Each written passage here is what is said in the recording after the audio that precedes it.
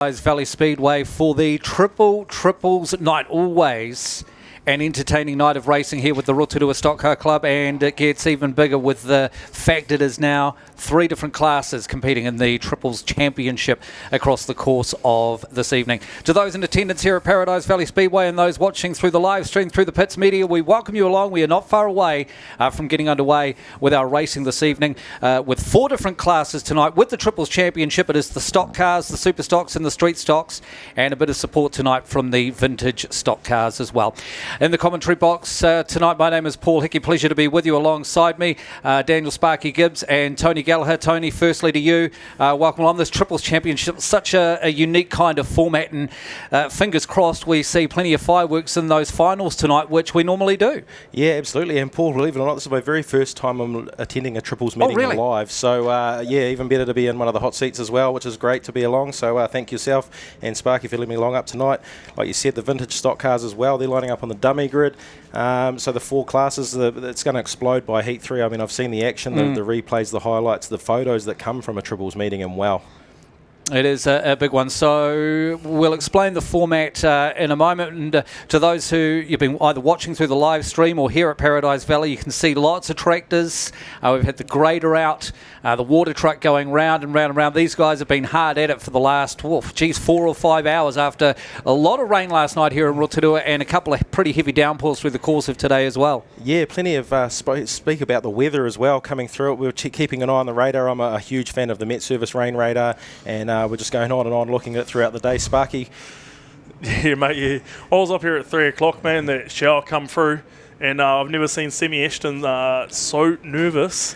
But yeah, it was pulled through, the sun's shining, and it's a beautiful Bay Plenty day, mate. And what better to have someone like Stan Hickey in control. I mean, everyone through the country, everyone that knows Speedway, that's watching Speedway, probably knows well and clear exactly what Stan Hickey and his team are like. And yeah, we've been up here for almost the last hour, staring down, peering at the track, having our own little opinions that are probably less than professional on track prep, but nonetheless, it's looking pretty good to me. And yeah, I can't wait to see what the stock cars and superstocks are going to do time-wise as we take a look at the program for this evening.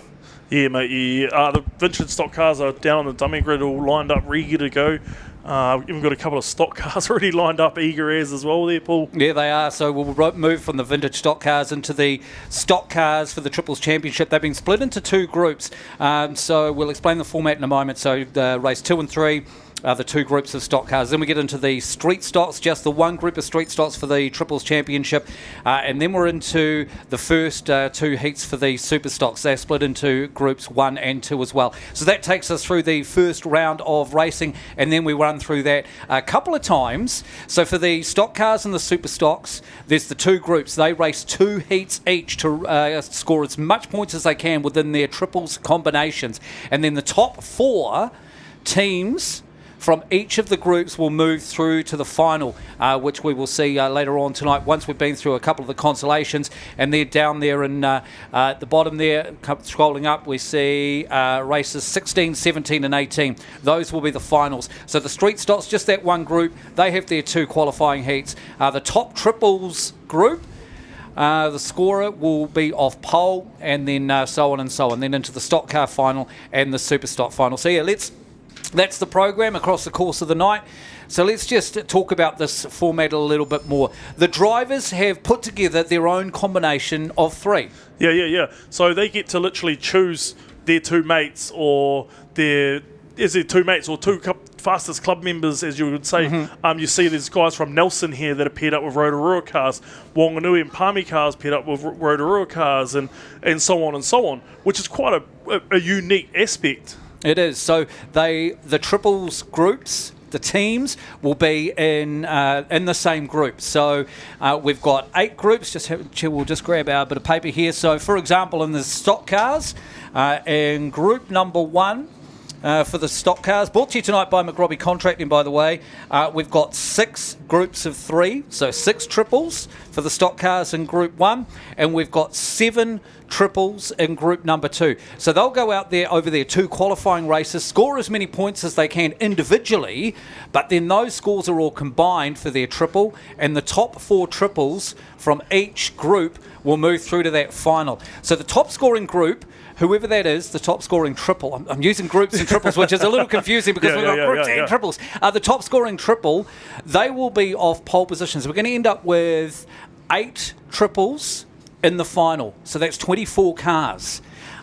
So we'll end up with your triple. If you're the highest scoring triple across your qualifying races, you get pole position.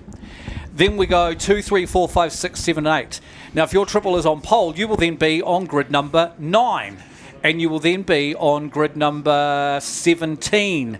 And as a triple, you get to decide which of your triples, where you start. So you can decide to start your fastest man off pole, or maybe you want to throw your block man on pole. So it's a whole kind of combination. There is a kind of teams racing strategy to it come that final. And then, of course, Paul, come the final race of the night, it's a one-race final, essentially. Yep. So winner take all. Yeah, so, I mean, the points don't even almost matter being a teams race. We know, being a team manager in the past myself, you get pole position or outside pole, you normally choose. So you almost don't want to score as many points and be off the front. Or do you? Do you want to get that car out front? You're someone like one of the quickest cars out there, you get a good lead.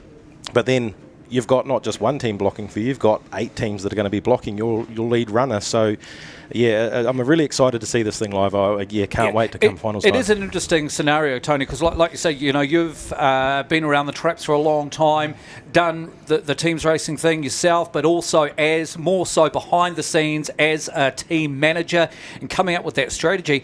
This is something very different. You're a team of 3 in a race of 24 cars. How do you attack that? Do you just say, as the 3 drivers, do you all just go for it at the start, and once you're kind of put in the wall or spun up, turn your attention to blocking? Yeah, well, I mean, if anything, having driven around as well in the past, it's almost like you want to try and maybe, if you do get spun up, wait for your teammate. If you can tail gun for him or lead run for him and pick and choose the cars that you're going to go for. Of course, being a lot of Rotorua cars here, there's a couple of Huntley cars and the Mount Maunganui cars, maybe we might see some of them work together, there's the integration. It's not just the triples. I think we might even see a couple of teams potentially work towards each other. We've got some Rebels team members spread across a couple of the Superstock teams, Rascals team members across a couple of teams also. Yeah, you saw that last year. There was Dale Stewart done it perfectly, and Brent Stewart actually as well. They picked up who the lead car was straight off the bat. Brent got spun down in turn 1 and 2, picked up the lead car, and then the next car from their group dropped off, and he shadowed their lead car. But it's just gonna, it's a free for all pretty much. There's 28 guys out there or 28 cars out there that could just anyone could win from anywhere. And I mean, yeah, what you're going to see on the TV screen versus, I mean, the people that are here live at Paradise Valley this evening, welcome along to TWS Paradise Valley Speedway, of course. You guys are going to get to see it all in action. I mean, we're looking at one TV screen versus the whole track. I'm sure there's going to be a whole lot of action more around the place. Do make sure if you are in the area to pop yourselves up here rather than sit behind that screen. Yeah, no, definitely, mate, definitely. As we steady ourselves around to, I think, the vintage cars. Yeah, the vintage stock cars are lined up, being brought to us, race number 1 by Valspar tonight. Across our feature events, McRobbie Contracting, the sponsors of our stock car class tonight. Hawker Trucks, bringing us the Superstocks, and for the Streetstocks this evening, Drift Carts, our major naming rights sponsor. So yes, again, welcome along everybody to Paradise Valley Speedway. Plenty of food and drink options for you around the venue tonight. I've done my usual beef burger, which I missed out on fireworks night. Actually, didn't do the beef burger, but I've done that tonight. So yeah, get into the food and drinks around the venue tonight. As the vintage stock cars start making their way out, we're just trying to source a driver's list for the vintage stock cars. Normally get supplied to us. It's one of the classes they don't run the electronic lap scoring, so we don't have the names popping up on the screen for us. But always fun to watch, and brings back plenty of memories for those of us who have been around for, well, way too long. Well, you can't say that, mate. I remember last time that the vintage cars were here at Easter, me and you were talking. There's the Gary Parks car. Yeah. That he got Wayne NZ, and I was frothing over that from when I was a kid. Oh yes, it's great to see this is something which has certainly grown over the last few years now. It kind of started off as a little bit of a novelty thing half a dozen, 6, 7, 8 years ago. But nowadays they are coming out everywhere, and some amazing work being put in to restore some of these older stock cars. So let's take a look at how they line up. For this one, we've got Dave Woods down there on pole in the 89G. On the outside of the front row, Jackie Miller in the 11. On to row number 2, Peter Andrew in the number 1 car. The 76 is Lindsay Swale. And then 56, Blue Olsen. 15 is Krusty McConey. And off the back in the 45 is Billy Pete. So it's a kind of combination of some of these drivers and the cars that they did race back in the day versus other Speedway fans and supporters from over the years who have done up some of these cars that they may have watched and liked seeing on the racetrack over the years. So thanks to Valspar, the vintage stock cars, Heat 1 underway. It is a 10-lapper. Be interesting to see how this track holds up. As we mentioned when we first put the commentary on this evening, a lot of rain and a lot of work's gone into trying to get this track in the right condition for tonight. A little bit softer than what we're used to seeing it at Paradise Valley. Good to see that they're not slipping and sliding around though as well. After all the rain that we've had, it's just full credit to Stan and his crew really that they have to put the mahi in and got this track back to racing condition. So Jackie Miller in 11 just runs it a wee bit wide. So the 76 of Lindsay Swale moves up the inside. Another cool, unique thing with these guys that some of these guys don't know that are out there watching the live stream and out there in the stadium is that these guys actually can't win 3 out of 3 races in a week, in a night. They kind of share the wins around and got their own little thing. Own little battle and championship going on each night. Yeah, it's good to see some of these battles. And while they are stock cars, the contact is limited in this class. So Lindsay Swale it's a little bit loose coming off turn 4. That kind of opens up an invitation to Peter Andrew in the 1, but he just drops in again in behind. Now has a look up the inside down in turn 2. So these are both cars in the original day. Would have done plenty of laps around Paradise Valley. Lindsay Swale in the 76. I think just I'll have a check here. I think he's got the H on the side of it. Yeah, he does. He did have in those days through the 80s when there was no track over in the Waikato. He was racing based out of Rotorua like many of them were back in the day. A little bit of a touch there between the 11 and 45 Bill Pete on the back bumper of Jackie Miller. It's actually quite cool to see some of these old ex-drivers out there as well. See Glenn Dravel in the 99H car. Yeah, not running here tonight though. Oh, not here. No. Yeah, you're right. It is great to see, and we've seen some of the big names over the years who have come back and had a bit of a resurgence, and still to get that thrill of being behind the wheel of a race car without having to compete with these 25-year-olds now who are just so fast and quick out in the stock cars and the Superstocks. So Peter Andrew with the lead, coming through turn 2, down onto the main straight. So he's pulling away in the 1 car. Now a bit of a battle on for second place between Lindsay Swale and Krusty McConey in the 15. So 10 lappers tonight for the vintage stock cars across all of our Triples championships.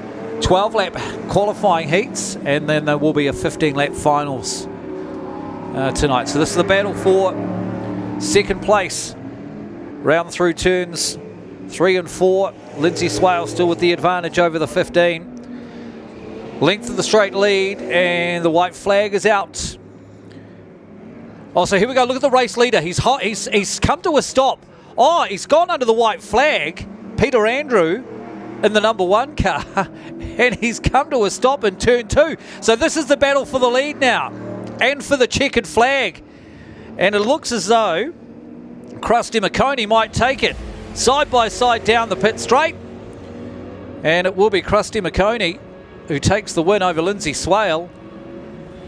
And Billy Pete in 45 ends up inheriting third place. So Peter Andrew, he looked to have that, well, he did have that race well and truly under control. And ends up with some mechanical problems and a DNF for the mighty number 1. So Krusty McConey pull up to the pit gate. First checkered flag of the evening.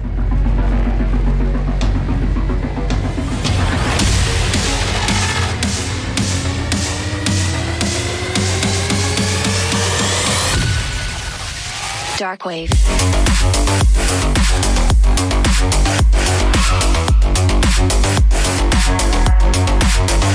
Break it down.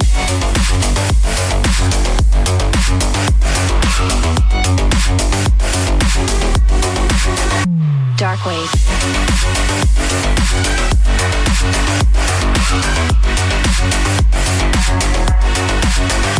Break it down.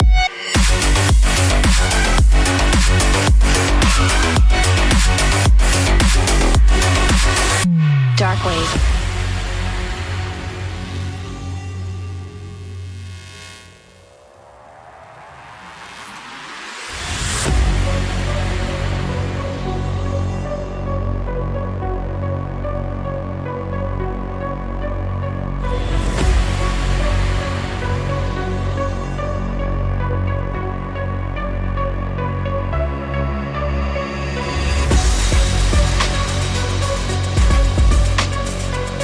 And then we've got the 91 Bryce Simpson.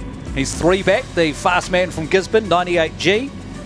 He's partnered up with 735R Keegan Orr, back on grid 17, and the 91R of Tony Coxhead.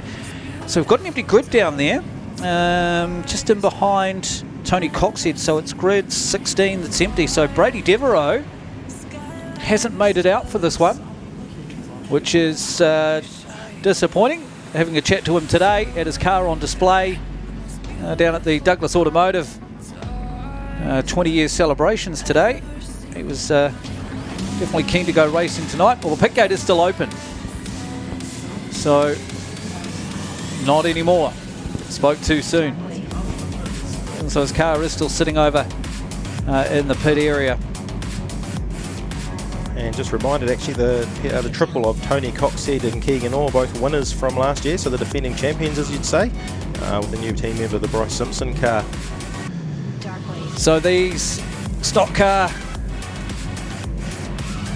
triples qualifying races, 12 laps each. This is group number 1. We'll see them twice. Group 2 twice. The top 4 triples from each group go through to the final. So Richard Willis starting off pole position there. Down Henderson as well, gets a good jump on the outside, looking for some drive as they go into turn number 1, and it is Down Henderson that gets out to the lead.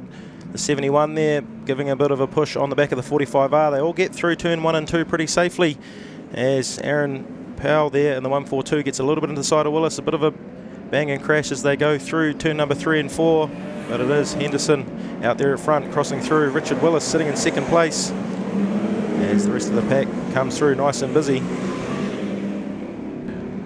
So Henderson, he's opened up a nice healthy buffer while there's a big battle going on. 2nd, 3rd, 4th, 5th and 6th at the moment. And the 71 of Ethan Bruce out of Gisborne puts the bumper into his club mate, but not his teammate tonight. Good battle in there for 2nd, 3rd, 4th and 5th. Sean Webb of the 45R leads them out of there. The 98G of Bryce Simpson as well, as the 122R gets going. Yeah, just a few issues down there for Jeremy Elisaya. Back on the racetrack now, and drops down considerably through the field. So it's still the 5 who leads. Just here coming down onto the main straight. That is the battle for 2nd place between Sean Webber and Bryce Simpson. Sean Webber, one of the fast drivers in the stock car class here at TWS Paradise Valley Speedway. They still run side by side onto the pit straight, down past the pit gate, and it's Simpson now who moves into 2nd place. Drifts it a wee bit wide coming off turn number 2, and Webber tries to put the bumper in to drive him out wider, but Simpson now just puts a car length on him as Keegan Orr looks around the outside in turn number 3. Runs around the outside of the 142 of Aaron Powell. So the 98G of Bryce Simpson now putting a couple of car lengths, like you say, back to Sean Webber. Gets good drive out of 1 and 2 there as well. And Ethan Bruce in the 71 there, Aidan McPherson as well. Ethan throwing it nice and hard into 3 and 4. They're getting quite sideways on the way into the corner.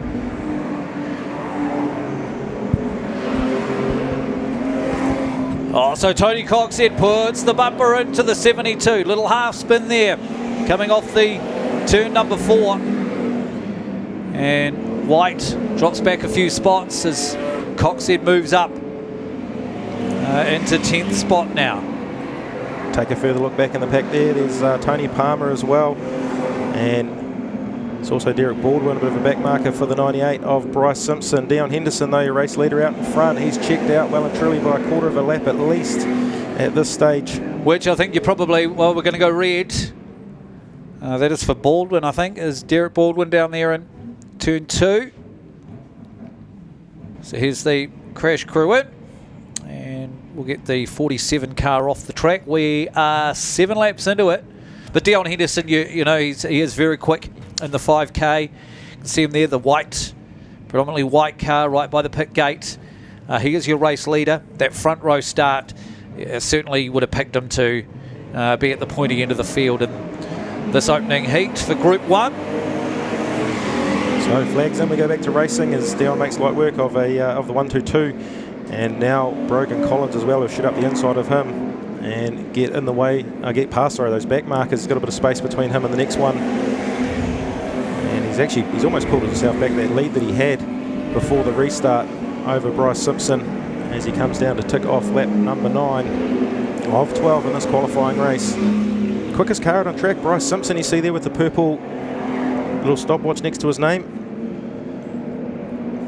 And as I say that, actually Keegan Orr's just gone quicker. It is Dion Henderson making his way up now on the 29R of Terence Perry Woods here with the next back marker that he tries to get through. Throws it up the inside on that dry line. And a couple more cars to intend with over the next couple of corners. Yeah, that's going to be the kind of move you want, isn't it? If you can be hugging that pole line and just get your bumper into the side rail, push those cars a car and a half width off the pole line, they're really going to struggle to keep the grip and keep the pace with you up the inside. So white flag is out, your race leader. Down into turn 3 for the final time. Again up on some of the back markers here, looks up the inside. And will come home with the win. Bryce Simpson has closed up that gap. A little bit, just 1.7 seconds in the end. So the checkered flag falls. Give it the chance to cool and calm things down.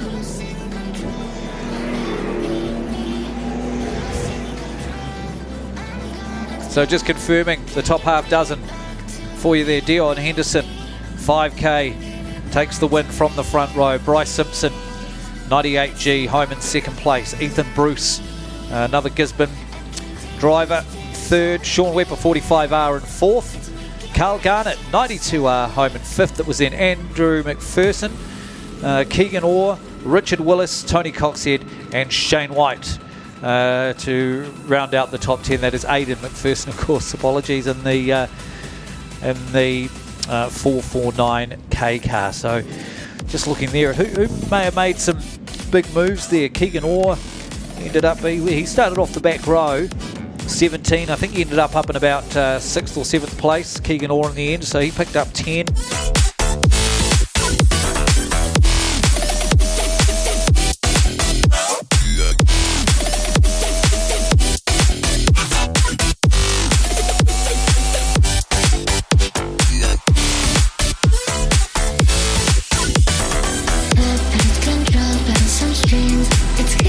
Right now you're getting a taste of the McRobbie Contractors Stock Cars Group number 2. It is the Triples night. 7 teams of 3 here. The top 4 teams will go through on points from each group. We've had group number 1 through already.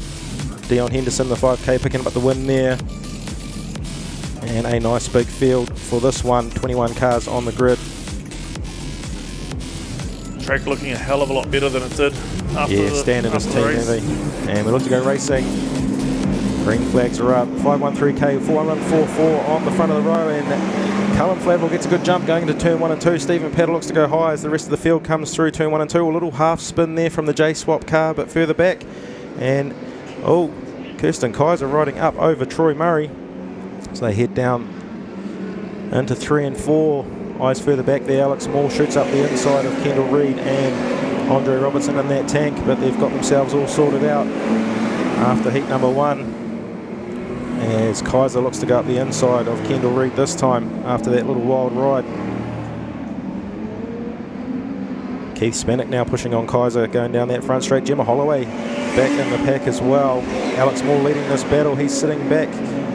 Where are we looking?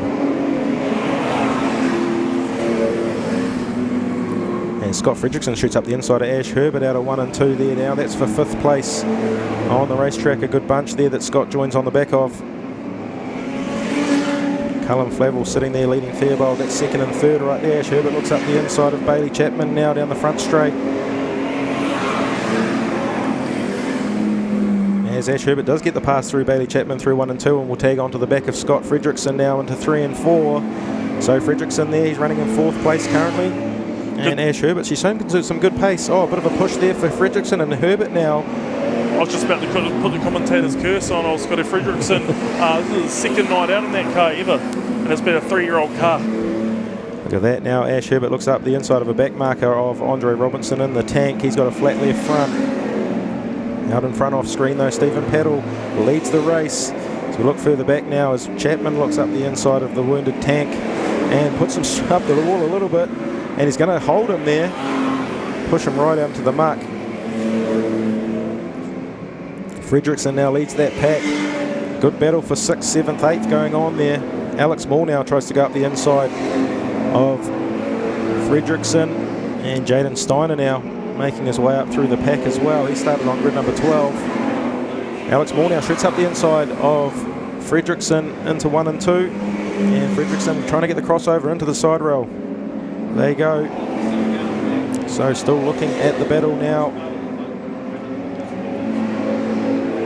So actually Alex Moore's not getting picked up on the race seeders there.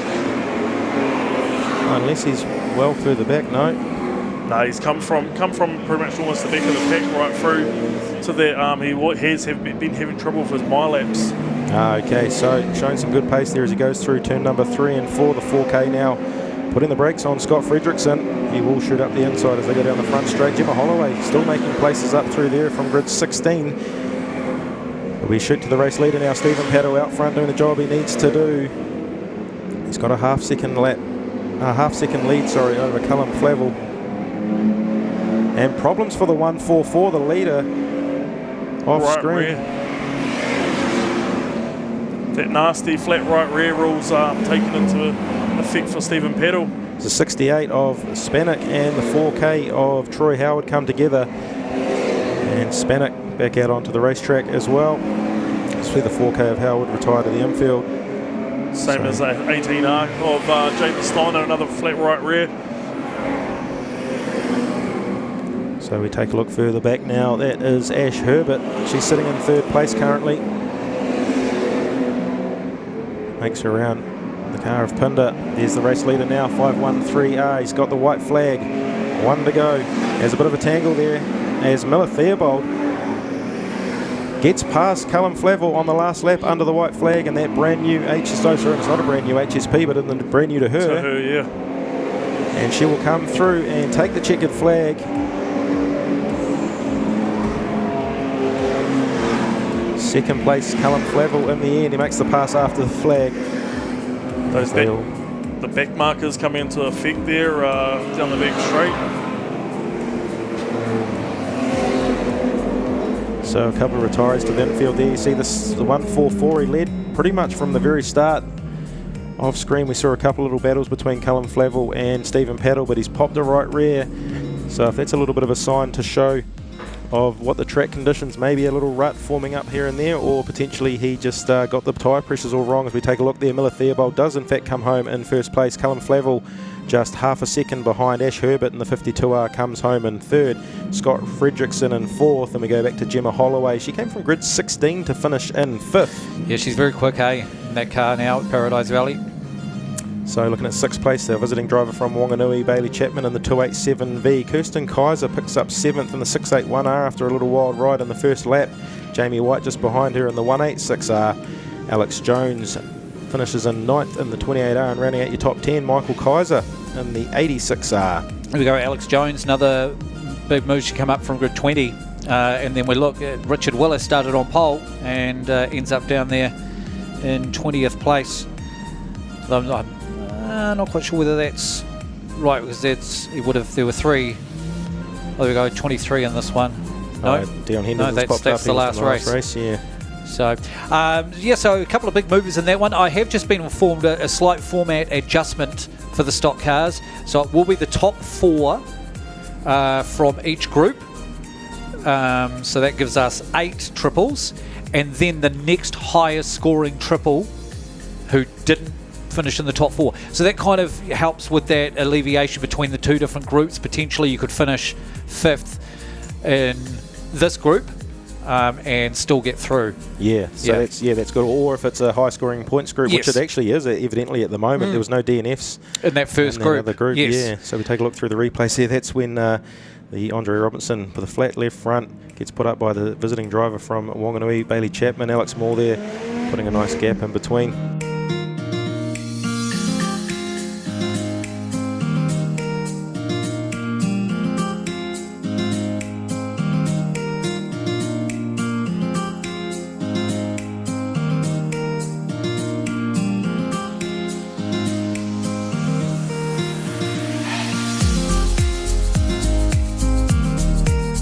So they're slowly getting themselves sorted down there, just with the bit of ins and outs. The order on the track did change a wee bit. We do normally have them gridded up in their proper order in the pits before they come out onto the track. But just a bit of sorting to do here. Another car to watch out, there's the 9R of Chris Shingleton, opening night.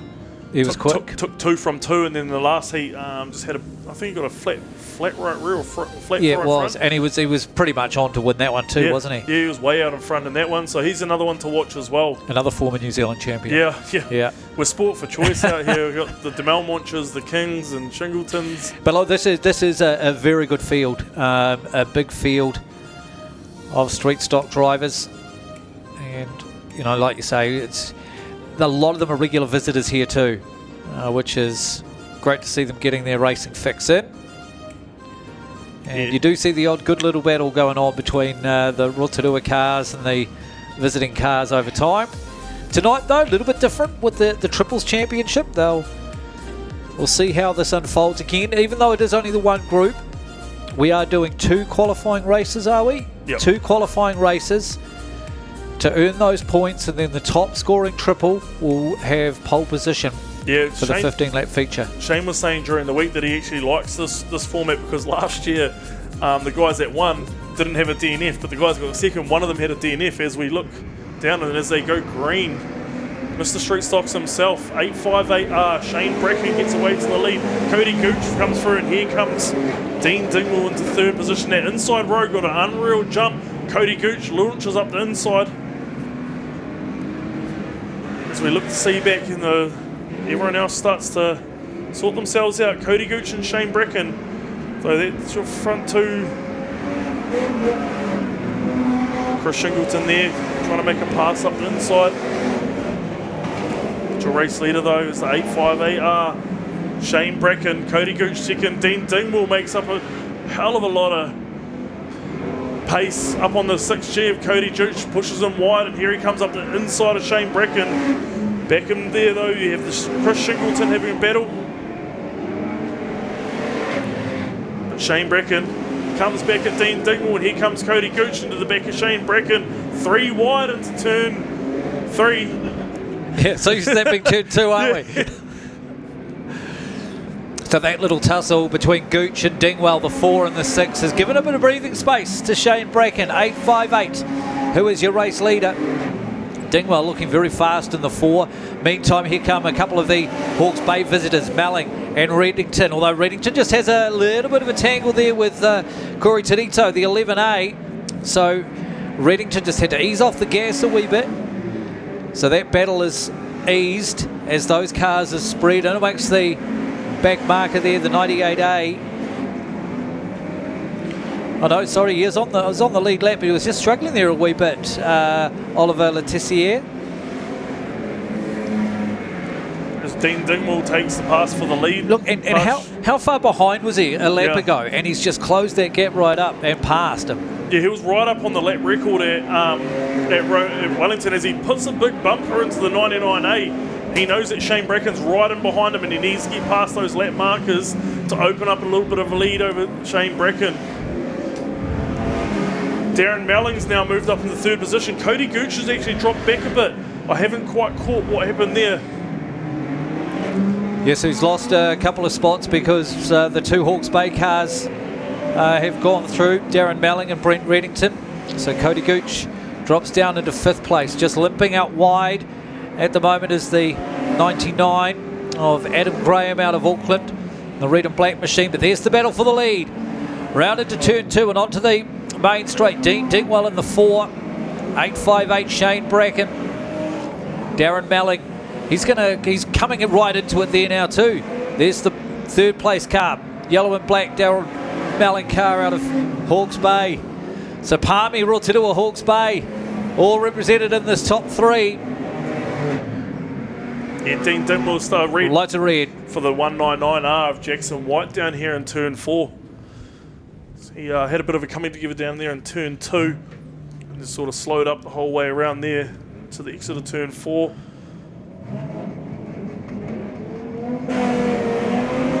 So we go green and Dean Dingwell comes out of the exit of turn 4, ticks off another lap. That's 9 laps down.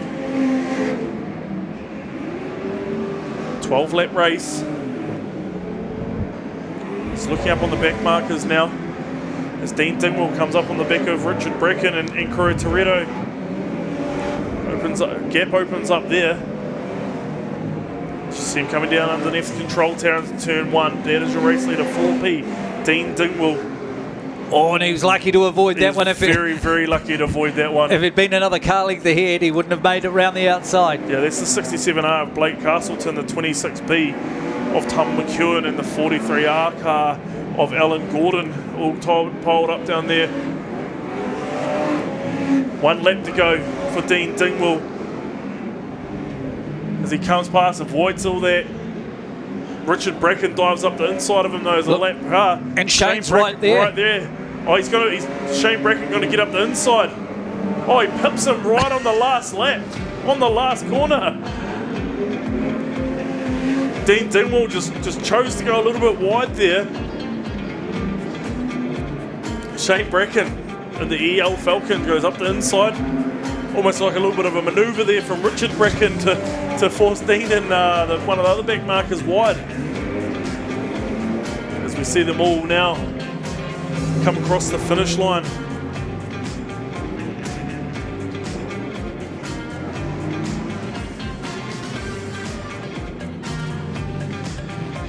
So confirming those top positions, Shane Bracken does score the win. Dean Dingwell, look at that, 0.6 of a second behind, so real tight there in 2nd place. Great battle those two had throughout the race. Darren Melling in 3rd place, the 72B. Then Brent Reddington, 46B in 4th place, and Chris Shingleton in 5th place. Like, look at that, that's a who's who of street stock racing, isn't it, in the top 5 there. And then you add in Cody Gooch in 6th place, then Mike King in 7th place, Cam Castleton in 8th, Alan King 9th, and Richard Bracken in 10th place. Race 4 on our program tonight, heat number 1 qualifying for the street stocks in the triples night.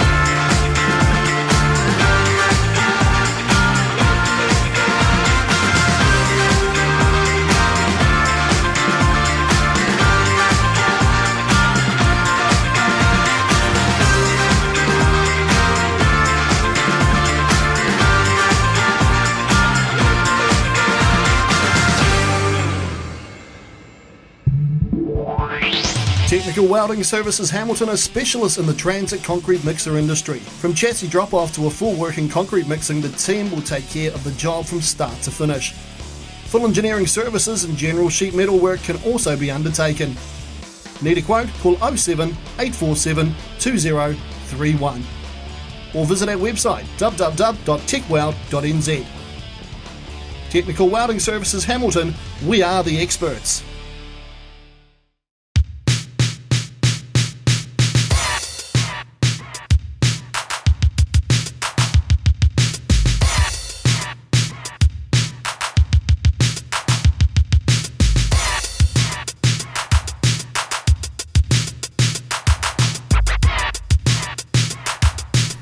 Get wholesale tyres in Whakatane. Need truck tyres? Wholesale tyres. Good tyres, better prices, great people.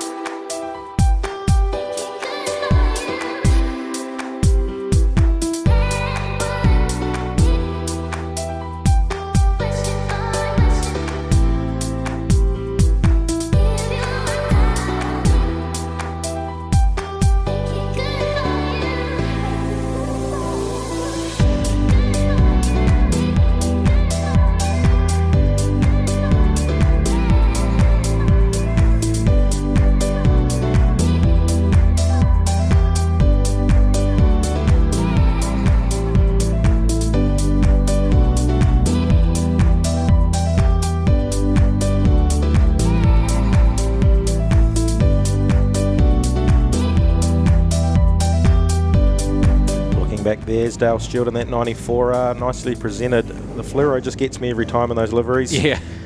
And Robbie Maybe there in the 33 as well. A lot more white cars out on the track actually this season than we used to. Normally sort of darker colours to hide out there, but there's no hiding at a triples meeting, that's for sure. They line themselves up. And Luke Irvine in the 4H, he's pushed them nice and wide there. It almost looks like there's hardly any room. Yeah, it's going to be pretty tight to get down there. So the pole sitter in pole position determines where they start on the track. He can move it really wide, or he could start right down on the pole line if he wanted to, which then leaves grid number 2, the driver on grid number 2, to decide wherever they want to start. You could see them, one right down on the pole line, one right out on the wall. But yeah, Luke Irvine's pushed them very wide here. So we see the 49M of Gallup, Regan McKenzie, making his way up. And there is an empty spot there. Let's just see if we can work out who that is. Dale Stewart's on grid 5. So grid 7 is empty. Robbie Maybe. So Robbie Maybe, he's there. So he should be, I don't know why the gap is there. Clark of the course just walked down the field and left that gap there. That's disadvantaged everybody else behind, well, himself included. So not quite sure why that's happened, but we're ready to go. Thanks to Hawker Trucks. It is the Superstocks, group number 1 for the Triple Triples. Green flag drops and we're underway. So Luke Irvine will lead them into the turn, but right up the inside is going to be Todd Hemingway, and I tell you what, he could be pretty tough to pull back from there. Alex Hill, the net visitor from Nelson, sits in second place. Irvine gets pushed wide by Stewart, Orr, and McRobbie. The three Rebels drivers having a big battle out of turn number 4. But we're all through, and now, so James straight away takes Damien Orr to the wall.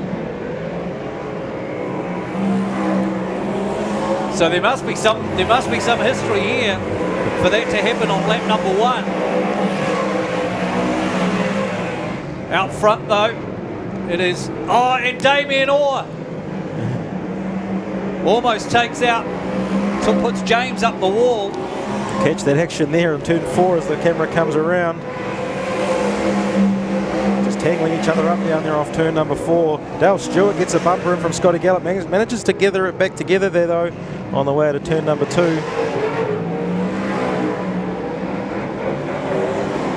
And now James takes Damien Orr to the wall. Almost got him. Jeez, and Brett Loveridge lucky to not to collect the back bumper there of the James car. In a very precarious position, as they would say. And now they're tangled well and truly. So Todd Hemingway is your race leader in the 99. Big lead over Alex Hill. As the Reds do come out. And typical, just as the Reds come out, they get themselves separated. So now this will be interesting. With the stoppage will be for James in the dangerous position. Damien Orr's been able to disengage himself. Yeah, it'll be interesting the call that comes from the referees for this one. Because James was the one sticking out. Both of them. So that's the signal there from the clerk of the course.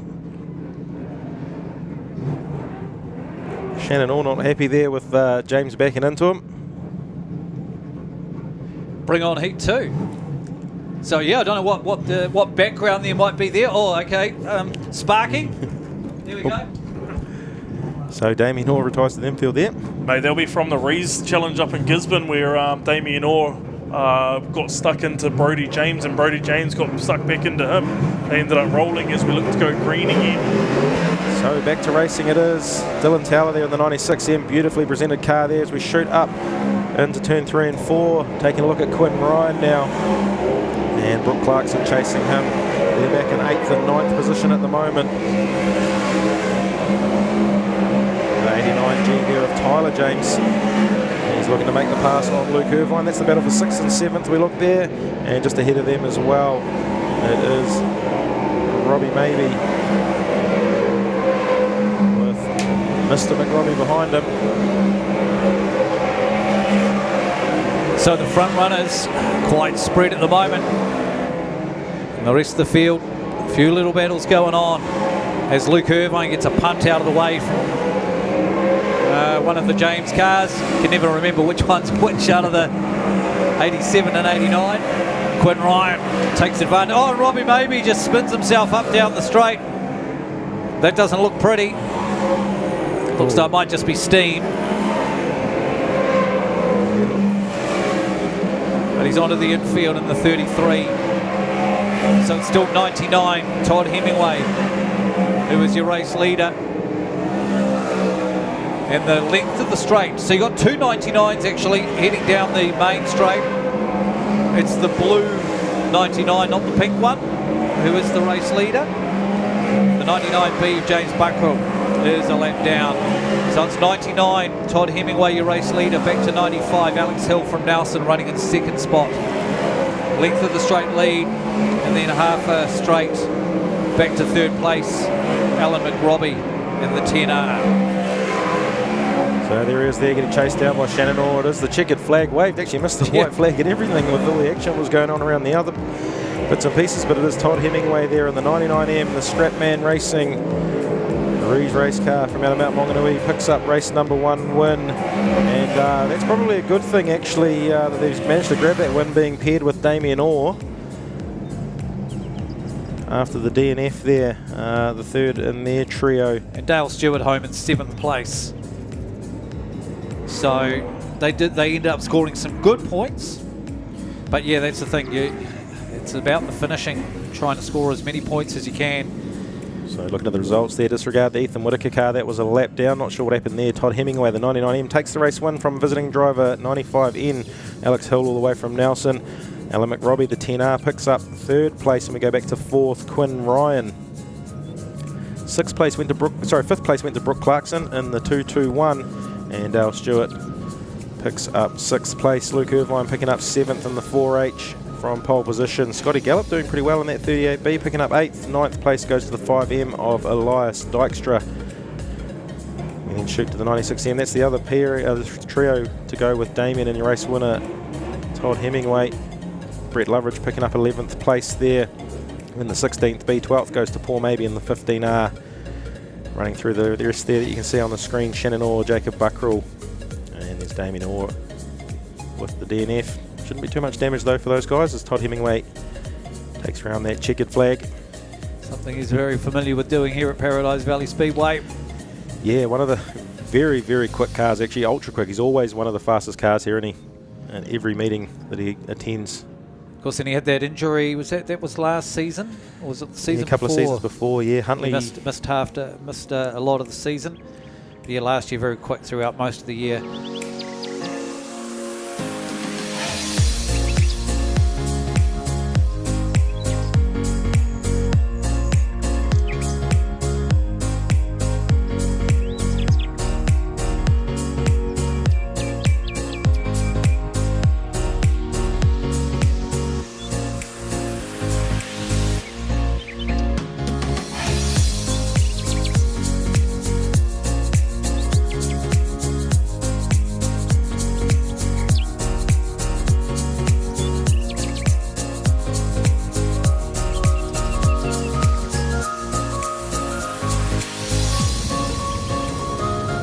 Hawker Trucks bringing you the Superstock Triples Championship tonight. Officials are happy.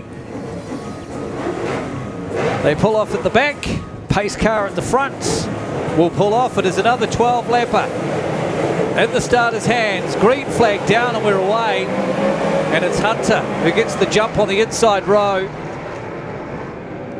And big push going up there. It's Gary Hunter with a bit of a half spin. He gets straightened up by the 23 of Ashton. And then 23 ends up going around. Oh, we got one up the wall over there. Lights are going to go red. 68R Fleming stuck up on Brent Stewart, the 9R, trying his best to get out. He will hopefully get a chance to get out of there. So just waiting for the okay for Brent to have a chance to get out of there. Of course, shout out to Caden Bentley and Brent. They'll be at home. And Blake. They'll be at home watching this. A bit cold to bring them up to the speedway, but watching Dad's crashed someone again. It's not unusual for the 9R as well. And here he goes. Oh, he's going to get himself off there. Oh no, because he called himself in again. He spoke of that fiberglass. I think the fiberglass job just got worse. Oh, he stalled it, I think. Yeah, I think he might have. Yeah. He's trying to find a gear. Looked promising. So take a look down the front straight there at the field. Hunter currently with the lead from Robbie Morris there. Ken Hunter, that is, in the 335 as Jeremy's car gets pulled to the infield. Red flags are in. We're going to go back racing very shortly. It is Ken Hunter, your race leader. Gets a good jump once again. They got him into that race lead. And the Hunter's very smooth, done plenty of laps around this circuit. And we've got another one round again, this time big pile up down there. Looks like Decky's in ramp. Gary Hunter's gone around backwards and Seth McConchy stuck in the wall. Look through the back in the pack there. It is Mark Costello. He's sitting back in 10th place at the moment. And Seth McConchy looks like some big damage stuck up against the wall there this time. Left front shock and left rear shock to both have given way. Lance Ellsworth there, we can look at the 77R, go around the outside of the 911 of Carl Salville. And Darren Williams, lights have gone red. Yeah, Seth's not going anywhere in the 272. Well, there's 2 DNFs for that triple. I think that might be almost the night for them. So the off-air commentators curse even, so yes. I need to keep my mouth shut a bit. So here is Seth getting turned around there by Ashton, and then it's that Dicky who came in behind, put the punt into Ashton, and that sent them all around and caused some problems for himself there as well. alongside the 14 of Brendan Dickey. Right, lights are out. So it'll be Robbie Morris who will inherit the lead, 6.38. There he is coming onto the pit straight. Bit of pressure right in behind him from Dylan Ashton. And then Mark Dunn will now be in third place. So a nice tight battle at the front there. Robbie Morris leads them into 3 and 4. Dylan Ashton hot on his tail in that nicely presented 422B. And Mark Dunn in the 6-cylinder, the only 6-cylinder we've got here tonight in the Superstocks. Throws it into turn number 1 and 2. Carl Southall spins it up after, through a little battle with Big Rumney. Gets hit hard in the side by, I think it was the 12 of Clark, Glenn Clark. And we've gone red for the rearward facing 911R, Carl Southall. And also that's Decky down there in the 66M, facing backwards, I think, the stoppage though. I think he came around and saw the stranded car there, braked it. His car ended up spinning under brakes. Ryan Hunt there in the 29, the sole car left in that triple. So there's Southall going around. Here's Glenn Clark comes in and collects him. Hunter got through on the inside. Oh no, Dickey did get turned around there by one of the Ashtons. So race leader, 6.38, Robbie Morris. Just coming into turn number 1. And in behind him, 422. Then the 93, so that is 1, 2, 3. We've only had 6 laps of this race, so we've just gone halfway. Here we go.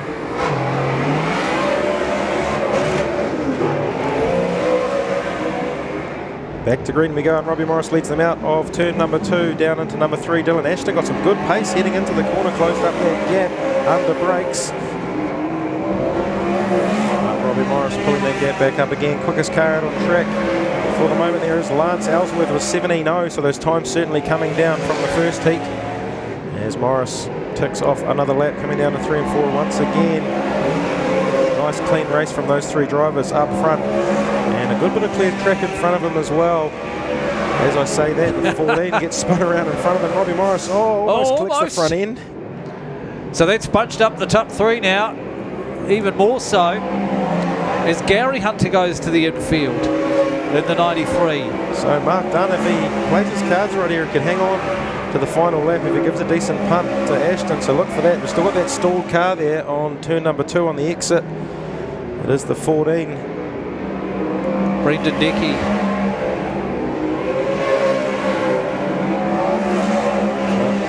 Robbie Morris out front, the 638R, keeping it nice and clean at the moment. They're obviously well aware of that car now. And he's probably not going to get much more than another half a lap, I think, before we'll see Reds to remove that 14M car. Robbie Morris just getting another car length, just about lead over the 422. White flag down, 1 to go for the 638. Looks like we're going to leave the 14M there for one more lap. Dylan Ashton just looks like he got real close to the front bumper that time round. And Robbie Morris with a couple of car lengths towards the end of the race, so no striking distance for Mark Dunn to take a stab. And the checkered flag does fall for the 638R, Robbie Morris.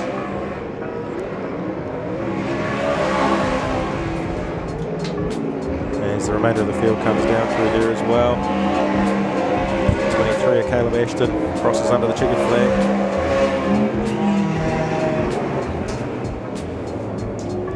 So Lance Ellsworth in that car, 16.9, quickest lap time of the race. And then we have the finishing order, 638R, Robbie Morris finishes in first, 42.2B of Dylan Ashton in second, Mark Dunn, that 6-cylinder screaming around there, the 93H comes home in third. Lance Ellsworth, the 77R, will finish in fourth, 198R. Mark Costello kept nice and quiet throughout that race, finishes in fifth. Michael Rumney, the 7R, comes in sixth. 7th place will be 29M, Ryan Hunt, the 95K of Darryl Williams from the front row will finish in 8th. Caleb Ashton, the 23R, caught amongst a bit of action in the middle of that race. In 9th, Glenn Clark in the 12R, the ex-Lance Ellsworth car actually finishes in 10th.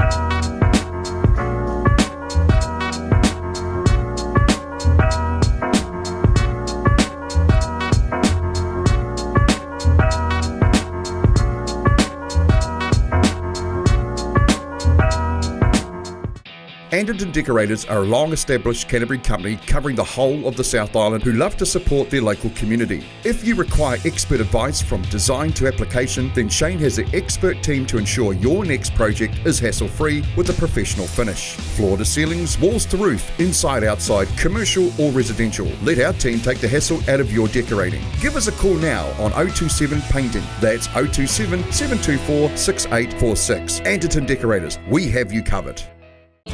The St. Nicholas is a familiar sight around Bluff as she steams out to capture can-do fishing's famous Bluff kinner. Once caught, the kinner is brought back to the purpose-built factory in Bluff where it is processed, packed and shipped fresh to you. But that's not all that can-do fishing can do for you. Try some of their green-boned fish or delicious power products and you will soon see why seafood from the Bluff is world famous. So head to your local fish market or supermarket and ask for can-do fishing kinner, fish or power. Can-do fishing, there's nothing we can't do for you. Of course, looking further through the season, the 240s, January, and hosting this year the North Island Superstock Champs as well. Yeah, we've got a few more live streams up our sleeve this season, covered to you by the Pits Media. Yeah. Oh yeah, Mini Stocks and Paradise live stream this year. I think you're looking forward to that the most, aren't you? Yeah, and it's even better that it's a weekend after teams, so I'm still on that high. Do you think that there might be a little bit more hits and bashes in Mini Stocks and Paradise? We counted the bumpers last year. I can't remember how many we got to. We got the 26 and then we sort of stopped counting, but maybe Jason could get a Mini Stock bumper count up on the screen as we see the vintage stock cars underway. The 11 car takes off into the lead. And there's Jackie Miller in the 11H, chased down by the 56H Blue Olsen. As Sparky, you mentioned before, there's a couple of rules around this historic racing club as such. Yeah, they're all out there for the same goal, to have fun, walk off the track after, or drive off the track after the race. There's no hitting, and they have a limit on race wins a night. So I think you can only win one race a night, and I think if you win more than one race, you have a bit of a shout at your trailer after the racing, as we see these beautiful presented cars from yesteryear turning laps here at TWS Paradise Valley Speedway. So you talk about how good they look, how good do they sound as well? Those old sort of straight pipes, and see all those headers in there. So not only good looking but good sounding cars as well. And it'll be interesting to see as time goes by. Like, I mean, we've done it ourselves. We know about this whole history thing that we've slowly pieced together that I guess we'll probably release to the public at some stage. If not, plenty of people have seen that spreadsheet. But how many cars will slowly, or what the rule is around how old they have to be, and how many newer cars will slowly see, flat chassis as they get phased out of stock cars and Superstocks. I mean, some of them are still out there racing. Yeah, well, while the vintage stock cars are on, we'll touch base on that little project that a few of us have underway. Sort of found almost every Rees chassis built, so we'll release that to the public in due time. So back to the racing, it is the 11H Jackie Miller leading that 4-car chase pack, the 56H Blue Olsen, the 76H there as well of Lindsay Swale. And I think that's a race 1 winner, Krusty McConey as well. I wasn't around for that first race, but what I heard. Yeah, the number 1 of Peter Andrew not returning after leading that race for most of the race, taking the white flag and pulling off. They're all in that bunch as they come up on the back marker. The 89G car.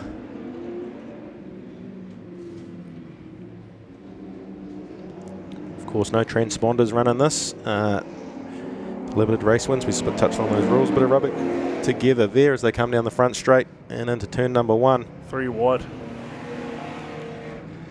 Interesting to know what their lap times are actually in comparison to, say, the likes of the stock cars these days. Seem to be getting themselves around there fairly okay. Probably not as easily as a stock car or superstock, certainly a superstock to drive these days. White flag drops down, 1 lap to go for the 76.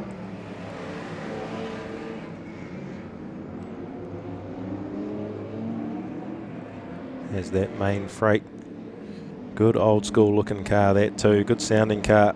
Big corrugated side rail chassis there. Takes the checkered flag.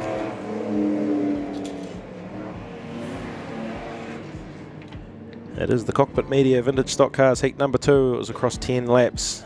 Race winner there, the 76H. Plenty of wheel work going in there behind the 11H steering wheel in comparison to one of today's vehicles. Battling would be one word that comes to mind. There's the touch up there, 3 wide down the front straight. At the moment the lead changed.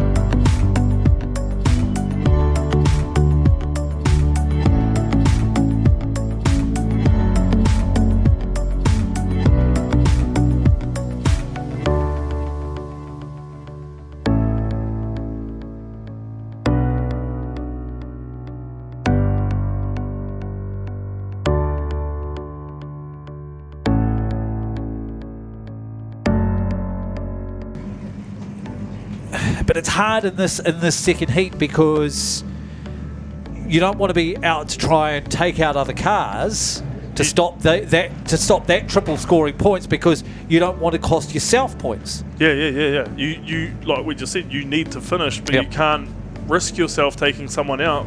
Especially if the outside You just got to front hope flat. somebody else does it. Yeah, and especially if the outside flat rule Yeah, these days, exactly. you know, all it takes is to put someone wide, and if the outside flat goes down, You're out as well. See you later.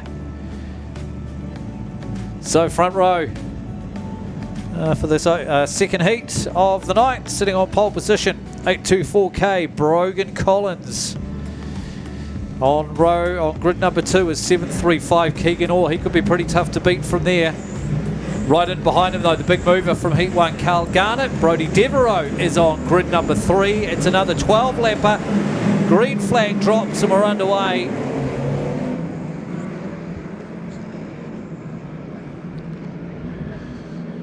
So Keegan Orr does grab the lead.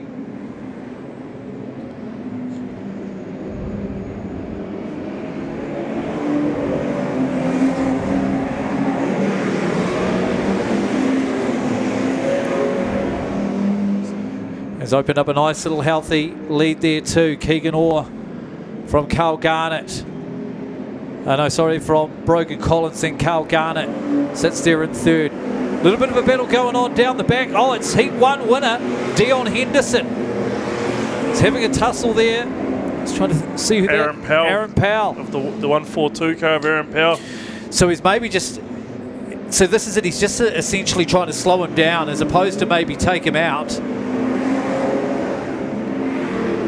So just seeing here who Aaron Powell, he's partnered up with Sean Wepper and Ethan Bruce. As Wepper comes charging through. Oh, Henderson with a big shot on Powell. That was hard, that was solid. That's one place you do not want to wait for another car at the end of the straight. Right at the end of the straight. He didn't do that very well at all, Aaron Powell. Then comes back at Henderson. A few of the others get tangled up in there, so that's a good little battle going on. As Dion Henderson is sitting at 18th place. Long way off his first place in the opening heat. Turn number 1 and 2. Gives him the big punch because he can't follow them in anymore. Spins him and takes him to the concrete wall. Meanwhile, out front, Keegan Orr trying to find our race winner on the track. Heading down the main straight into turn number 3 is the race leader. He's got a big advantage as well, a few back markers between himself and second place, which is the 45 of Sean Wepper. So 735 the leader. 92 Carl Garnett sits in third place. Right in behind him, Tony Coxhead in 91 is in fourth. Heat 1 winner, the 5 of Dion Henderson, down in 17th.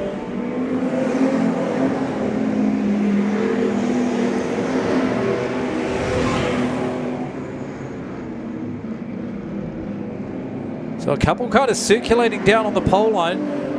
Looked as though Simpson might have had a couple of issues there as well. Bryce Simpson, he's sitting way down the pack as well in 14th place. Aaron Powell gets stuck into Bryce Simpson down here, spins him up, and Tony Palmer, 74B, had nowhere to go, straight into him. So Bryce Simpson partnered up with Tony Coxhead and Keegan Orr.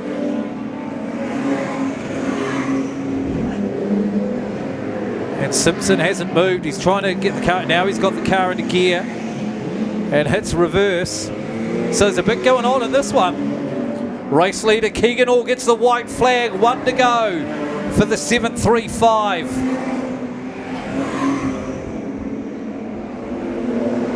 Pretty much clear track in front of him now for Keegan Orr,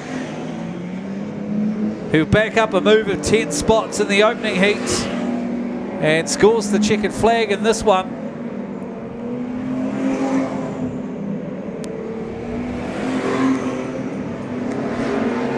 Tony Coxhead loses a spot in that last corner. He was trying to put someone out into the concrete wall, ran himself a wee bit wide. That race is a bit opposite to what we kind of said before. Yeah, it was. Might be a bit tame, but I forgot Aaron Powell was in this group. All right, let's take a look at how they finished up. Keegan Orr takes the win. 735R ahead of 45 Sean Webber, 92R Carl Garnett. That should top score him for the group. Ethan Bruce finished in 4th place, the 71G, and rounding up the top 5, 449K, Aidan McPherson. It was then Tony Coxhead, Shane White, Terence Perry Woods, Jeremy Alisaya, and Derek Baldwin had that DNF in the opening heat. Comes home to finish in 10th place.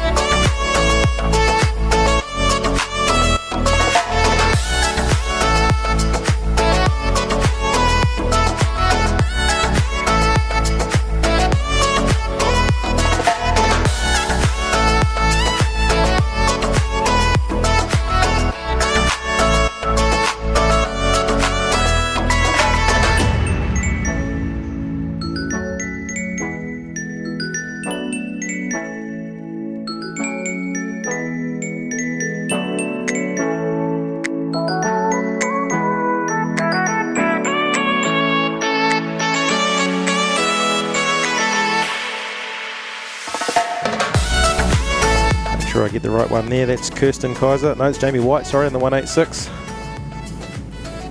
And 52P, Alex Moore. Hopefully he's got his transponder working. I believe he got a bit of a smacked hand for not having that transponder all up and running. Finished 4th in the first race. So we do have one empty grid down there. Andre Robertson, the tank, is missing. Grid 16. It did appear just to be a left flat front before he he drove that off. So Heat 1 winner was Miller Theobald. She's right down the back in this one, the 189, and green flag drops and we're underway. And Alex Jones, she was one of the biggest movers in the opening heat from grid 20 up to 10th. So we know she's got the pace. She can pick her way through the traffic. So she could be tough to beat there. She leads them through the opening lap. A few sparks fly from the Kirsten Kaiser car as she bounces off the concrete wall in turn 4. Oh, and there's a cruncher. And almost, geez, I thought we might have been going over there for a moment. Scott Fredrickson lucky to get out of that one as he was all sideways, crossed up.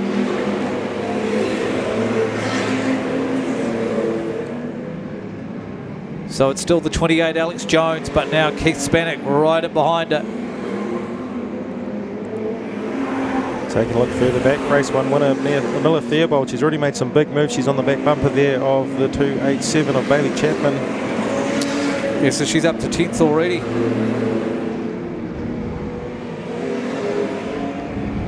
Looks to make a move on Callum Flavel now as well. Stephen Paddle getting up on the action, puts the bumper into the 29 Wire of Pinder, going into 3 and 4 there.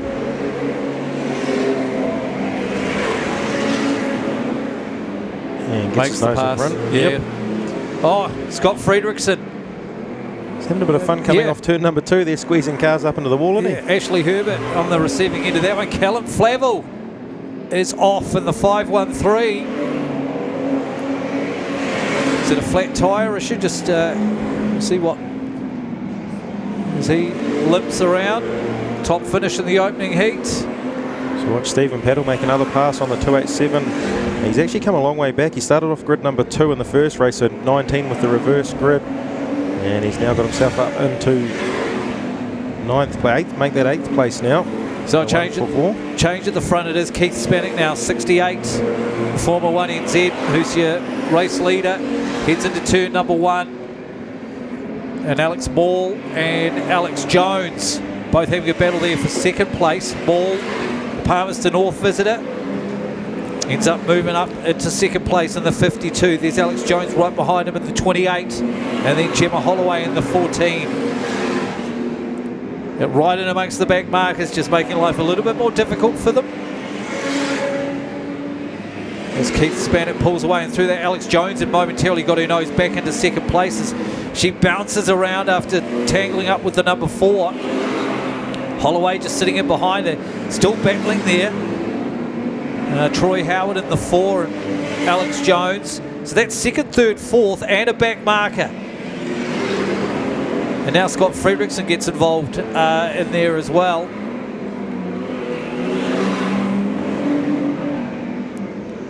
So 9 laps gone, 3 to go for your race leader, Keith Spanek. Make that 2 to go now. Keith gets past those last couple of back markers, down onto the front straight. The action moves back further. Miller Theobald now. There she is in 6th place. The Heat 1 winner, looking further back. Oh, and Stephen Paddle's off. Another right rear, so he'd come up to 8th place. Oh, and the last lap as well, or last quarter of a lap. Yeah, bloody stupid rule.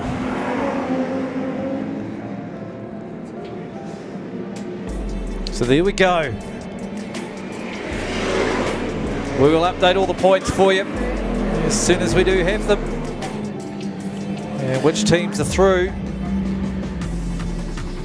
So Callum Flavel, his triple, were leading going into that one. His 2 teammates have finished 2nd and 8th, so they should still be okay, I would think.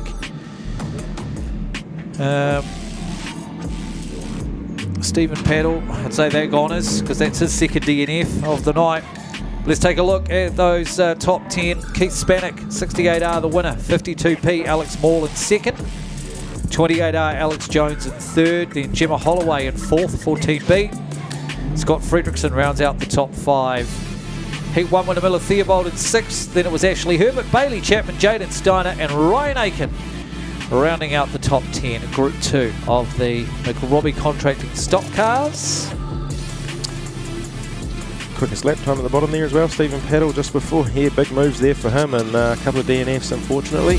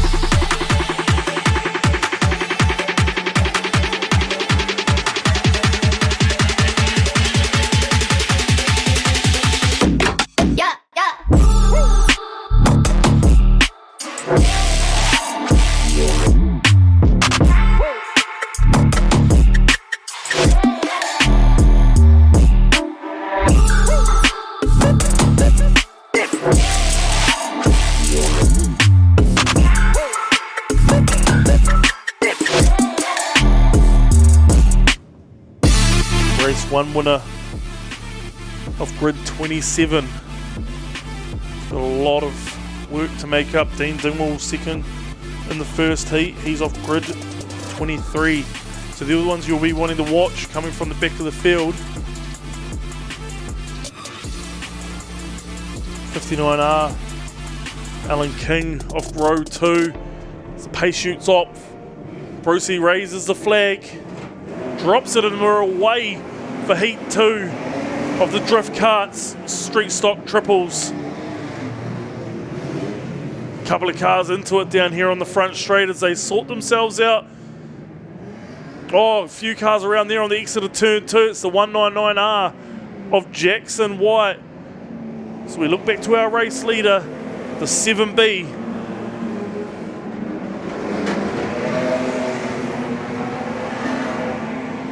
As they have to maneuver their way around. Can't quite see what car that is down on the back straight. It looks like the 61R car of Munro. Oh, Manuel, sorry.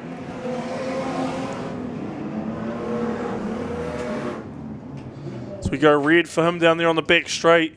He was just stuck in an awful position. Yeah, he was, and Brent Reddington was the one who ended up getting caught out. He was running up in about third or fourth spot. Now he's dropped right down. He was came out of the corner there really, really hard, wide, and got caught tangled. So the lights are on.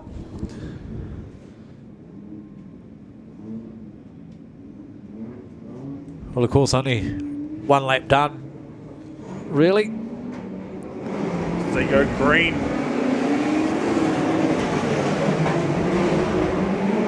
Sorry, the 7B still in the lead. So they all start to sort themselves out coming out of there.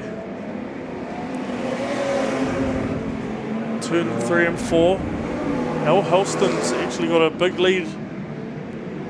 Sorry, no, Alan King's right up there on him as well. So we go red again.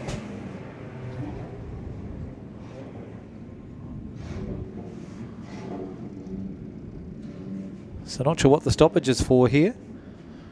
Is it for the 26 car on the infield, just coming off turn 4, maybe decided, yeah, it's on the infield, but not far enough off. Dangerous position. 26B of Thomas McEwen. Paired up with the Bracken family. 858R, Richard Bracken. So we go green again. Alan King.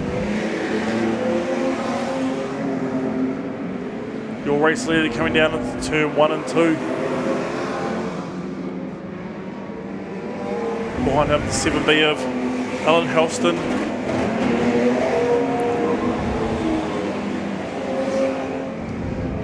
.194R Bailey Cartwright showing good pace in third position.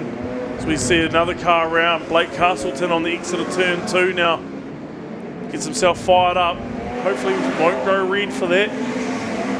Just needs to find a space to be able to swing that big machine around. Yeah, he's trying to get himself the red lights.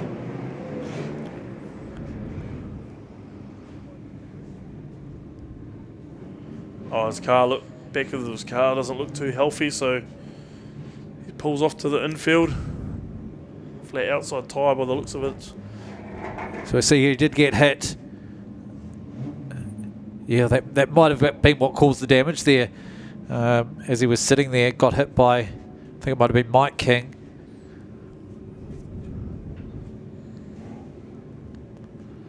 So 5 laps gone. Race leader just down in front of race control. 59. Then it's back to the 7. Then the 194. And 9. Your race leader though, still the 59R car of Alan King. As we go green. As it comes down here underneath the control tower. For lap number 7.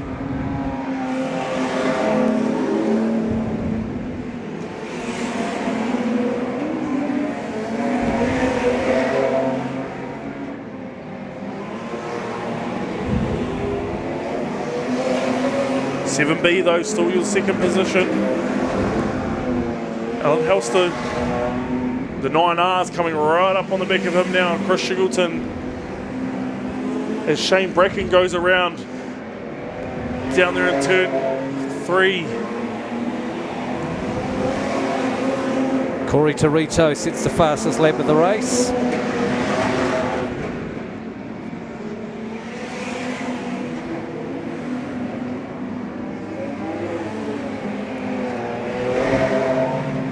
So, getting into the closing stages of this one. Still Alan King, 59, who is the race leader. See him there moving into turn 1 and 2, but second place right on his tail. Here goes Chris Shingleton making a big dive up the inside of the 7. Oh, this is a mess. This is a mess. Oh, race leader gets turned around. 12R takes the lead. Daniel Curran. So first and second, still sitting down there. Alan King gets off the wall now. So the white flag is out. Daniel Curran is the race leader. Moves up from 4th position to 1st. Chris Shingleton now in 2nd position, and Darren Malley in the 72B. And checkered flag out. So that was bizarre. It was. Alan King's dropped down to 10th place.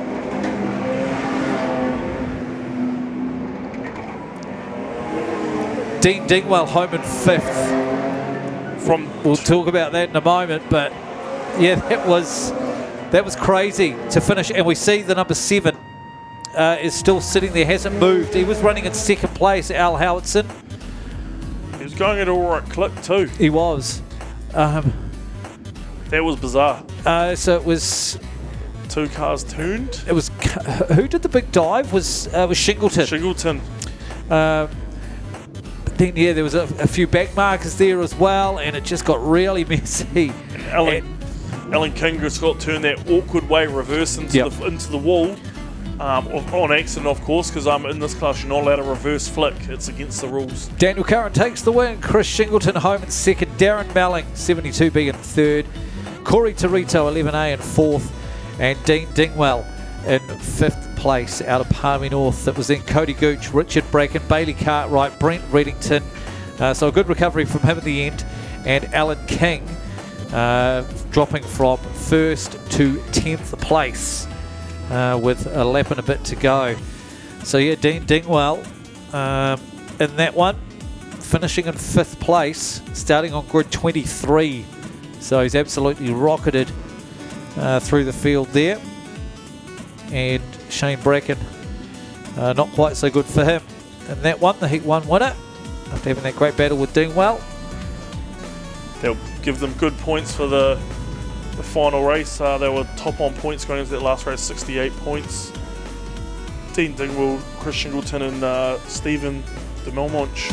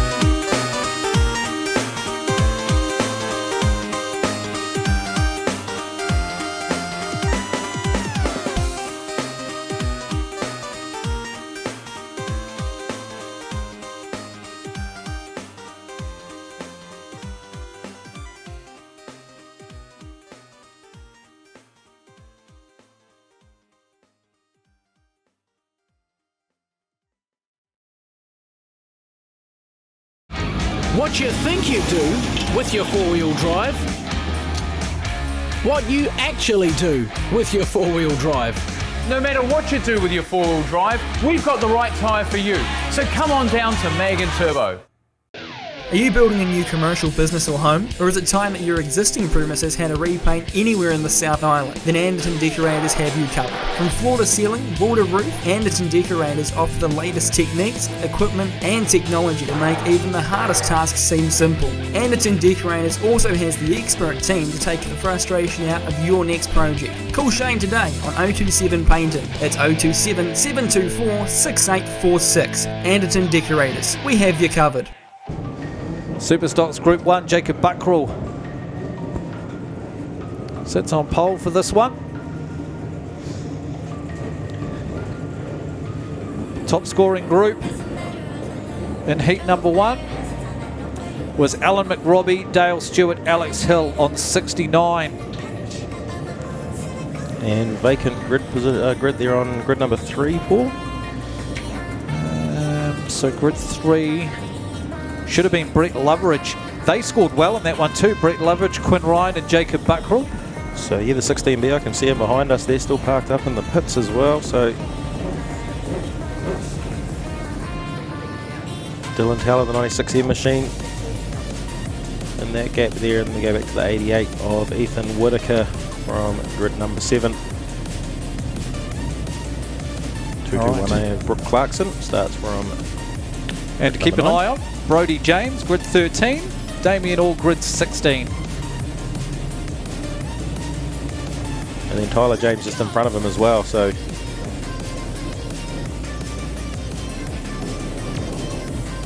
the outside row, Shannon Orr, the 99R, he starts from grid number 2. Grid number 4 belongs to the 5M of Elias Dykstra. 15R, Paul Maybe.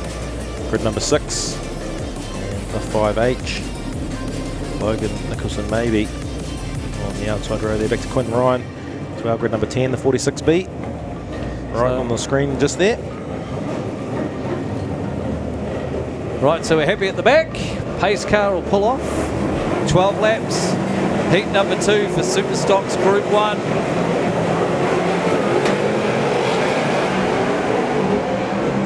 Shannon Orr leads them through. Jacob Buckroll going up the inside. He didn't get much of a jump to start with, but he's managed to squeeze Dykstra right up the wall. He's got himself half spun as well. Sparks and dust flying everywhere. He's going to leave Elias parked up the wall. He will get off though. And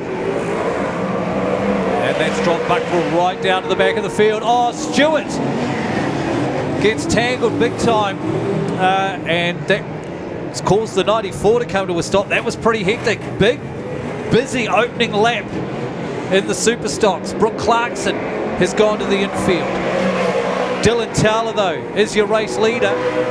Geez, there were cars climbing over everybody, left, right and centre. Around goes the 38 as Dykstra tries charging on through, and Todd Hemingway. Damien Orr's on the infield. He's got a flat right front, so that's his second DNF for the night.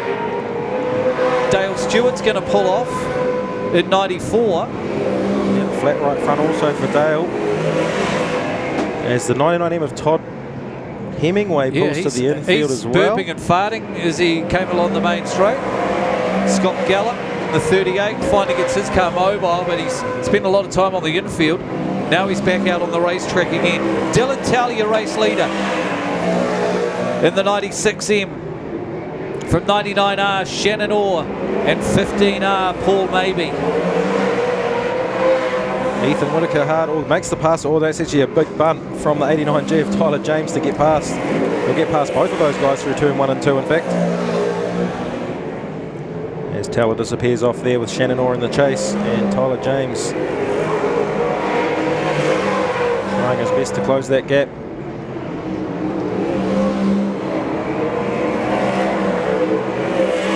Alex Hill there coming up the inside of Whitaker. Quinn Ryan puts the bumper into the back of him going into 3 and 4. As Hill looks to go up the inside of Whitaker down the front straight here and into turn 1 and 2. 7 laps down, 5 more to go. Paul, 12 lapper. Paul Maybe to the infield as well. He was running up near the front to the 15R car. So he's to the grass. So plenty of bumpers going in here. They're not shy about bunts and pass in this one. Tyler James now right up on the back of Shannon Orr. This is for second place, this battle through turn 3 and 4 at the moment. And you can see the gap there in front of Shannon as well. Dylan Towler, he's checked out by a good half a lap here. Yeah, he can breathe a little bit easier out the front here now. And the James boys, have a big shot at Shannon Orr. And some fire goes up under the 99 as well, trying to get that thing restarted. It is Tyler James up into second place after that move from his brother Brody on the 99, and big trouble for Shannon Orr. Yeah, that car's looking a mess. Right front's gone on that. White flag is out, 1 to go. A little battle there between Alex Hill and Quinn Ryan as well. That's for 3rd and 4th. As Towler comes through to take the checkered flag. Second place, good drive from Tyler James. After some bumper work from Brody.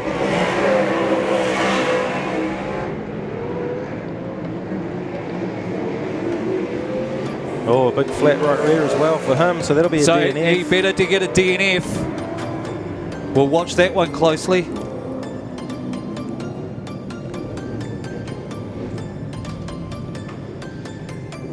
So Dylan Towler takes the win ahead of Tyler James. Alex Hill home in 3rd. Quinn Ryan in 4th, the 46B. Elias Dykstra in 5th.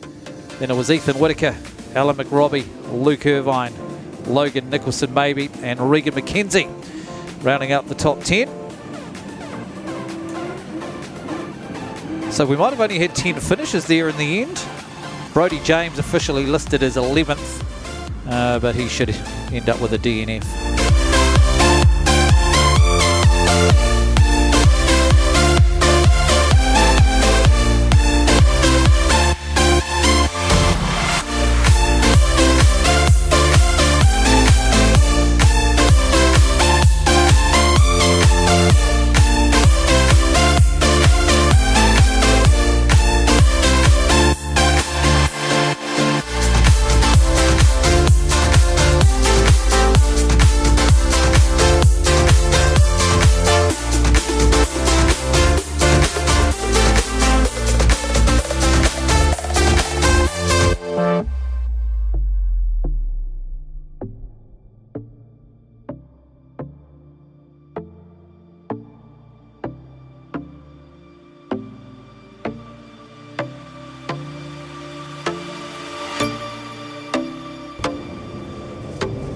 So we've actually got an extra one missing by the looks of it. Jeremy Fleming has come out, but is already on the infield.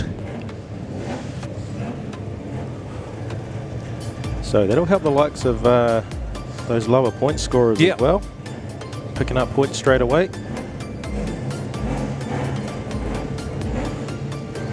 Mark Costello closer to the front of the grid with Mick Rumney as well this time around, so they'll be looking for finishes.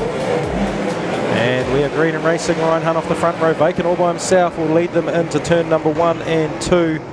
And big push from Mark Dunn there on the side of the 23 Ashton car of Caleb.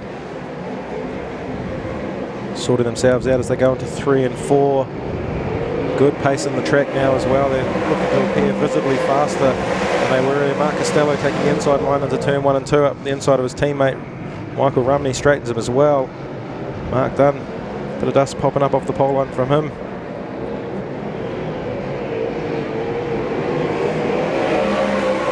So Glenn Clark gets thrown sideways in the 12, loses a few spots.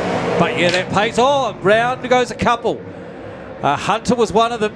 Oh, Mick Rumney there. Whoa. He is just, we drove the perfect line there. This is going to be interesting. So he was in 10th place. Mick Rumney was 10th at the end of that lap. So through that corner, he picked up 7 spots. And only just as well on the outside of Lance Ellsworth. We probably lost him to a flat right front by the looks. Ryan Hunt though out in front over Blake Adamson, the quickest car on track, the 99k at this stage. Seth McConchie gets, so did you say Ellsworth had a flat right front? Yes, he did as he went past us here. And he stayed out on track and he's taken McConchy out. Actually, that's Ryan Hunt over there, the 29. Oh, is it Ryan Hunt? He was the race leader. Oh, sorry, yes. Yeah.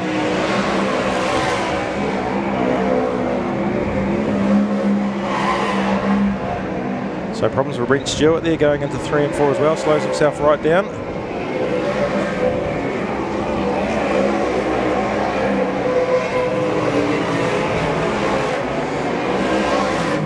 Actually looked like his brakes were stuck on as he went past. Lots and lots of glowing red from the right rear of the 9RK sitting down there in the middle of turn 1 and 2. Action over to Lance Ellsworth there. I would say the red lights for him with a flat right front. Looking good, that car actually. Gives the thumbs up and gets told to retire to the infield.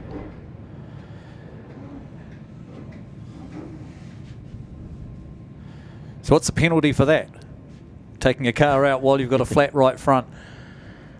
I'm on your team here, Paul. If they got rid of the rule, they wouldn't have to worry about it. So frustrating. Blake Adamson, the 99K, your race leader at the moment. He's on the exit of 3 and 4 at the top of the screen there.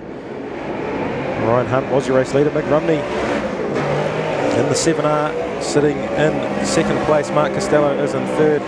No teammates too, aren't they? Yeah. Gary Hunter, not on the screen, looking take a look further back actually at Carl Salvo at the minute. And chased down by Dan Hunter. So we pick up Dylan Ashton coming around 3 and 4. So Brent Stewart's actually come to a stop there as well. Just made it out onto the track before this race started.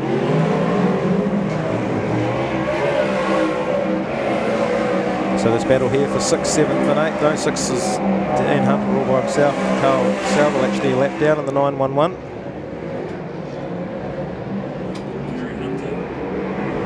So Gary Hunter, who's come to a stop in the down in turn 1. Gary Hunter. So we saw him caught up and tangled with Brent Stewart after that last restart. I don't know what. So obviously Brent Stewart hasn't moved again. Yeah, as he came under us, Paul, it was looking like he had a glowing red hot right rear brake rotor. So if that's had something to do probably with the incident when the 68 was stuck up on him. Yep. Those problems plaguing him in this race. And then on the restart, Gary was parked behind him, so he's probably pushing Brent thinking that he was blocking him. But yeah. So he's coming to the end of his 10th lap, 2 to go for the race leader. Oh, Brent Stewart's mobile again.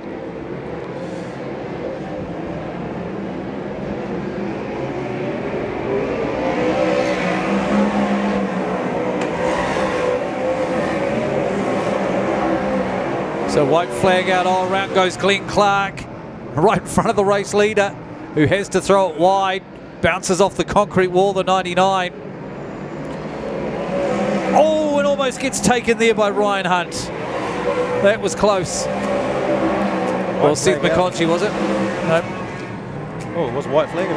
Yep, so checkered flag. Blake Adamson takes the win.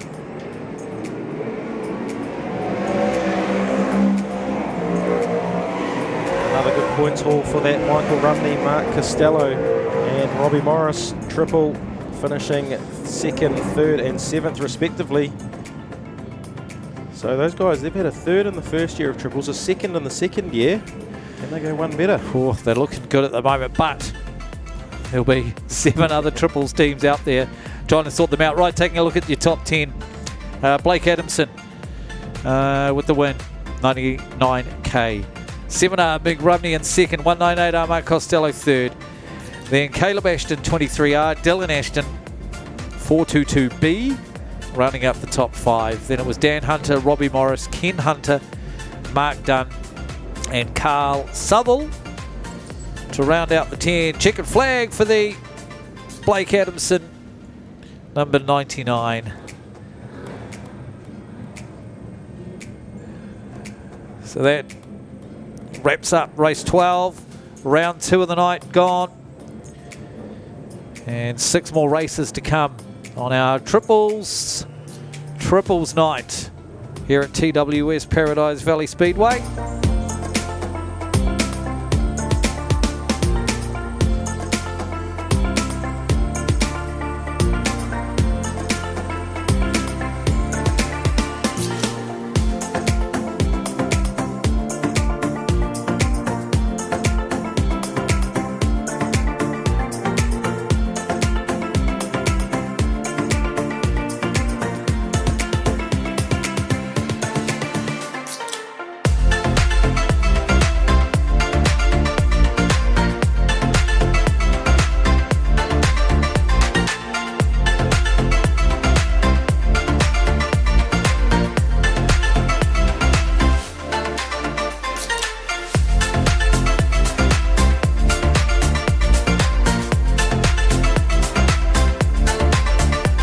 Castleton are on 73 points as we look to go green. It is the vintage stock cars. Heat number 3 brought to you by Durrell Flooring. And the 11 car of Jackie Miller leads them out through the first lap.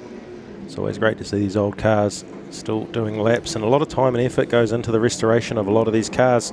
I understand there's still plenty of them in the build as well, and of course a lot that aren't even here tonight as well. Some of them get pulled out of paddocks, so it's good to see them out here on the track in racing form. So the Waikato Vintage Stock Car Club, we've spoken about it before. Cannot win more than one race in a night, otherwise you have to shout the bar. So Jackie Miller in front though in the 11H, 56 chasing down Blue Olsen. And then we go back to the 15 of Krusty McConey.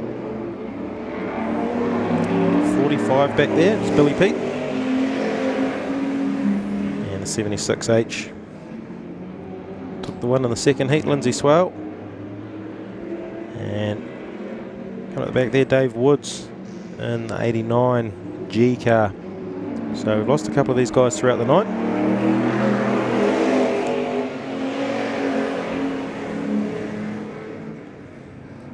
Some great sounding, good looking cars though. As we look to go for a pass for the lead now, the 56 trying to look up the inside of turn 3 and 4. Blue Olsen looking up the inside of Jackie Miller, that is, and makes the pass, trying to hang on to it. A lot of wheel work goes in, but plenty of drive coming off that turn for Jackie Miller. Regains the lead going into 1 and 2. Good tip for Tad up the front there for a lap. So just 10 laps for the vintage stock cars, brought to you by Durrell Flooring.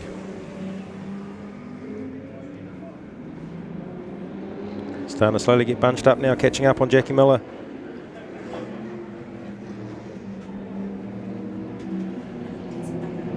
And plenty of right hand weight movement going on to those cars as they go around. They must be a handful to drive.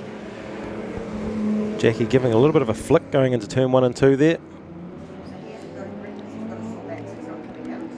So a lot older in the brake and suspension technology, I'm sure.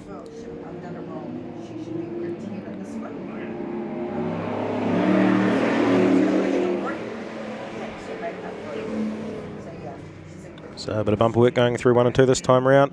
56H on the 11. Jackie Miller at this stage holding on to it. Blue Olsen trying to get a run coming off turn 4 this time around. And here comes Lindsay Swale as well. 1 lap to go. Can the 56 get around the outside? No. Good drive coming off number 2 for the 11H.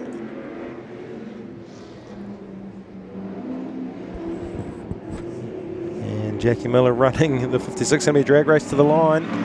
But the 11H of Jackie Miller is going to hang on and take the race win in heat number 3 of the vintage stock cars, brought to you by Durrell Flooring. Good close finish there actually, a little more bunched up there. Yeah, their 56B was all over the back of the 11 car there,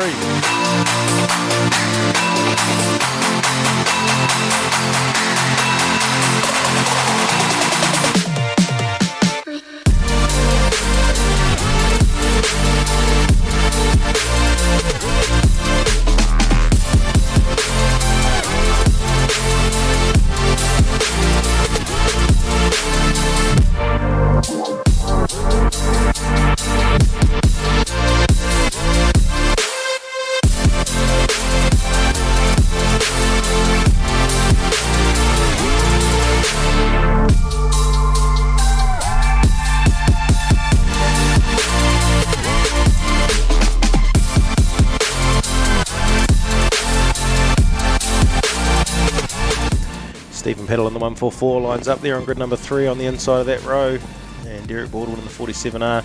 Go back to the 122R of Jeremy Alasaya. To the outside row, Totem Palmer in the 74B.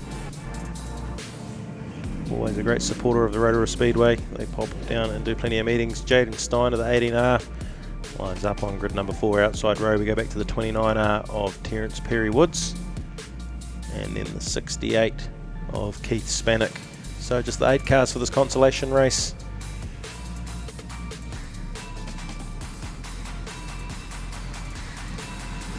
Just wait for the infield crew to pull off as they do. So the revs come up. Green flag goes up from our starter and we are away. Troy Murray gets a good jump on Stephen Peddle as they shoot past Tony Palmer into the first corner.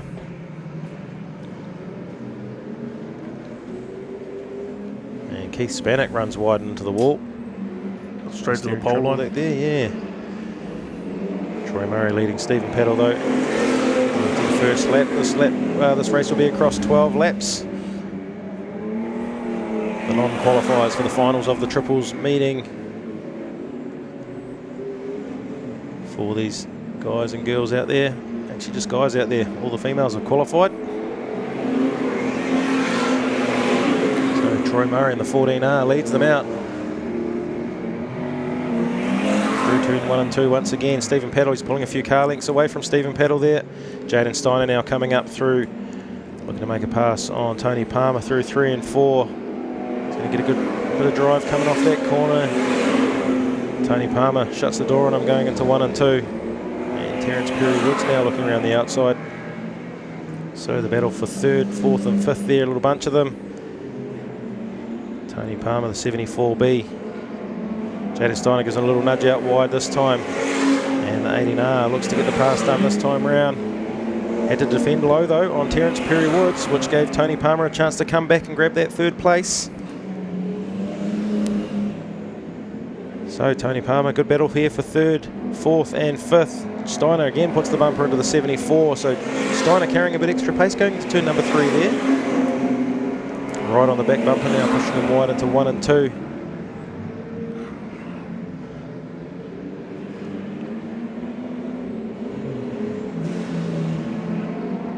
Gives them a big nudge again into turn 3 and 4. This time Terence Perry Woods. Oh, Jaden Steiner pushes them wide and into the concrete.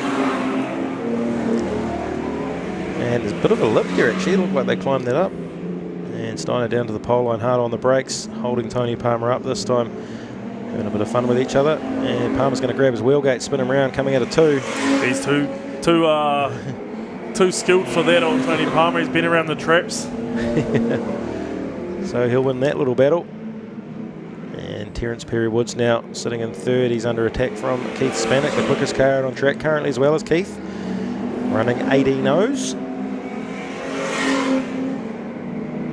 So Spanik now battle for 3rd place. It is the Miners we're looking at. Out front is Troy Murray in the 14R. And Stephen Peddle there sitting in 2nd place.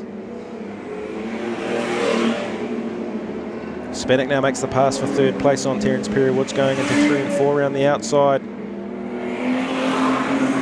Troy Murray in the 14R though still out front. Steiner now comes together with the side rail of Jeremy Alasaya in the 122.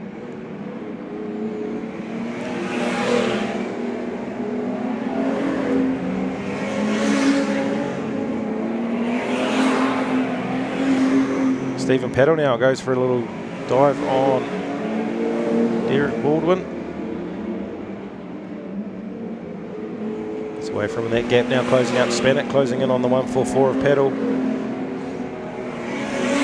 He'll just be hoping his right rear hangs on so he doesn't get 3 DNFs from 3. White flag out, 1 to go for Troy Murray in the 14R up front. Showing some good pace. Stephen Peddle there in 2nd place, holding off Keith Spanik. And he'll come through. Troy Murray take the checkered flag in the 14R. Stephen Peddle will grab 2nd and Keith Spanik in 3rd.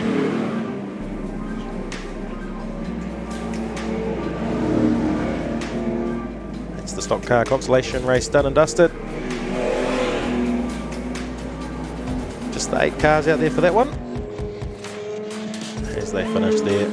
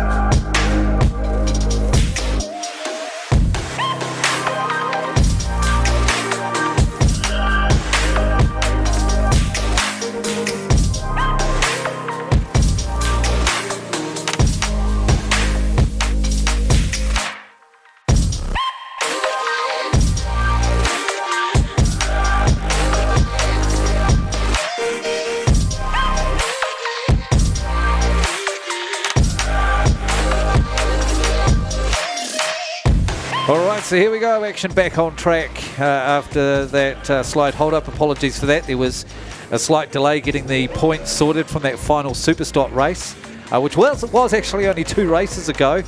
And so, of course, as far as the drivers were concerned, they were still waiting to know whether or not they'd made the triples final or whether they would just be relegated to the consolation. So, slight hold-up there, but we're back on track. And they are rolling out now for this consolation race.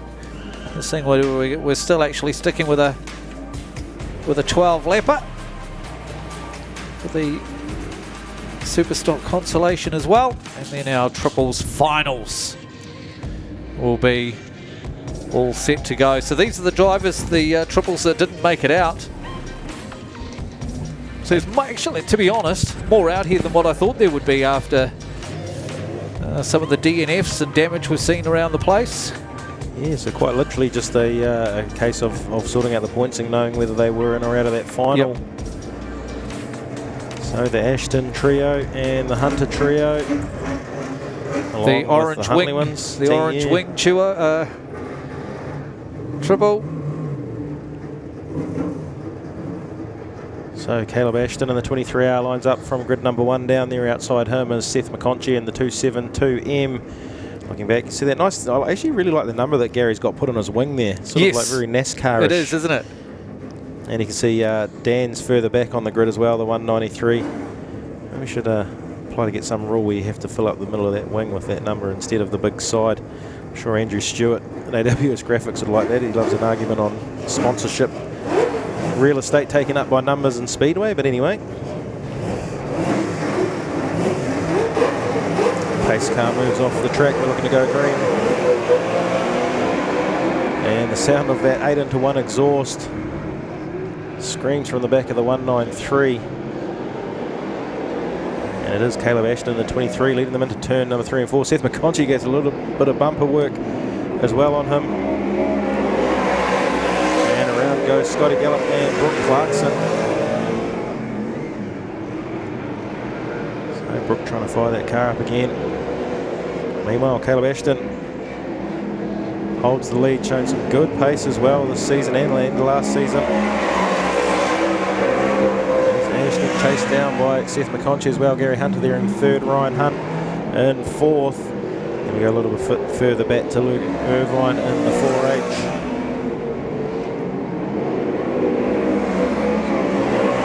Caleb Ashton getting a couple of car links now between Gary Hunter, putting pressure all over the back of Seth McConchie. Geez, gave him a good punch too, and then gets one back from Ryan Hunt. And now Dan Hunter. He was looking to take off there, Dan Hunter. So Team Orange Wing against the Hunters now. A little bit of bish and bash going on. Meanwhile, Caleb Ashton, he's checked out. I don't need any part of that that's going on back there. He's thinking, I'm gone. Going to have a few back markers to deal with shortly though. Problems for Ryan Hunt. Flat right rear, so he's a goner. Robbie Maybe spins up onto the infield. He's out. And further back, Seth McConchie there back in the action, sitting in 3rd place. Bit of sparks and concrete dust flying up on the exit of turn 4 there. Brooke Clarkson gives a bit of bumper work into him. And they both shoot by. So Logan Nicholson maybe as well in the 5H. That's the battle there for 3rd. Brooke Clarkson actually a lap down after that early spin up and tangle with Scotty Gallup. Seth McConchie just falling off the back end now with that battle between, falling off the back end of Logan Nicholson maybe. So maybe a left. Well, that's the left side, so he can stay there. Yeah, what's he going to do?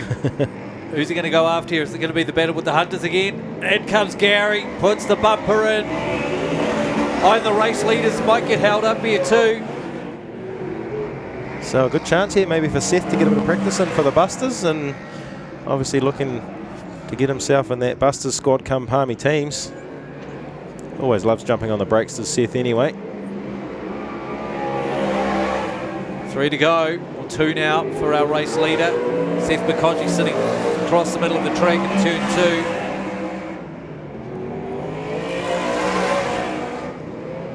2. Small field. They know he's there now. Maybe the officials might. Oh no, he's fired up and he's moved. White flag drops. 1 to go for the 23 hour of Caleb Ashton. Bit of a change for the Ashton team this time around. Used to seeing those real bright yellow, bright greens, bright pinks. Gives Seth McConchie a good punch out the way there. Oh. Seth takes a swing at Dan Hunter. Crosses under that checkered flag. It's great to see in it. Oh, but a bit more entertainment in that consolation race than I thought there might be.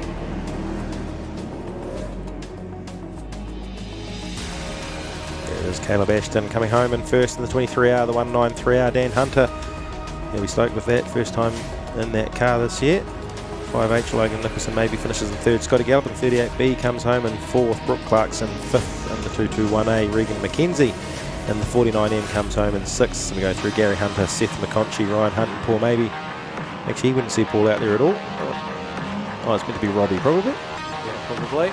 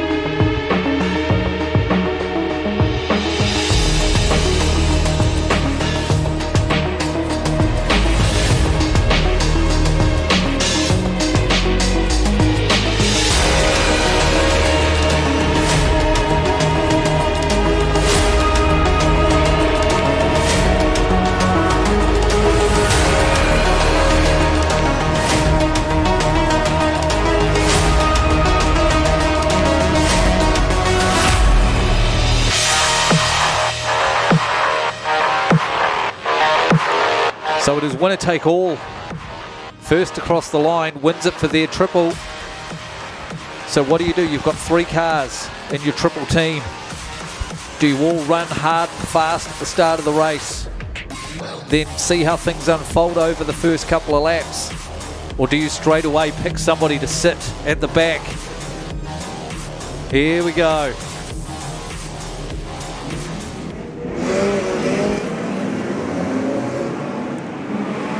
They're off. Steve de Melmont straight down onto that pole line as he leads them away in their FG Falcon. Mike King comes at him a high. Can Steve de Melmont slip up the onside of him? He can't. King holds him off coming in to the lap 1. King, de Melmont, Melling, Bracken, Torito, King. See, look at this. Richard Bracken's already kind of hanging back. He's not racing hard. So he'll be the first car that these other guys come up to. Shane Bracken sitting in 4th place. Got another one, the 26B car of Tom McHugh that's paired up with the Brackens as well. So it's all, for those two, it's all about trying to stop the others. And it rests on Shane Bracken not getting taken out. It looks like he's just popped his inside tyre. Toretto just rode over top of it.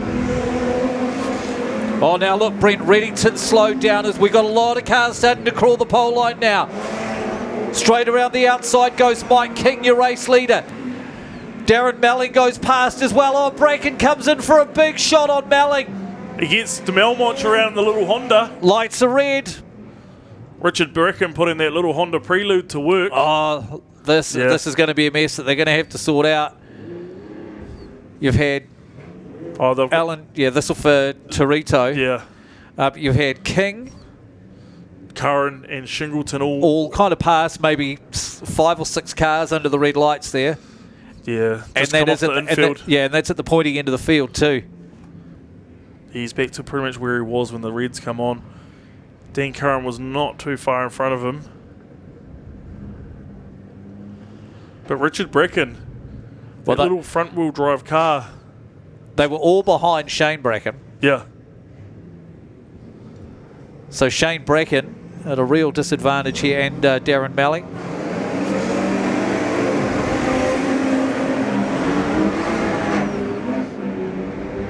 Your race leader though, the 59R car, Mike King. 72 Darren Malling coming down the back straight into turn 3. And Alan King in 3rd position. So the Kings all first and 3rd. But here we go, and so Mike King now, the race leader, getting slowed up and blocked out by Cam Castleton. So Darren Malling is close right up here now.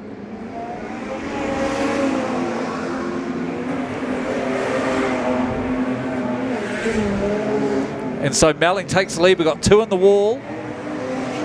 Is that Shane Bracken over there? No. Richard Bracken in the Honda and the RX-8. Dean Dingwall got caught up before that and he's back underway. So we've got another one around on the back straight there. That is Shane Bracken.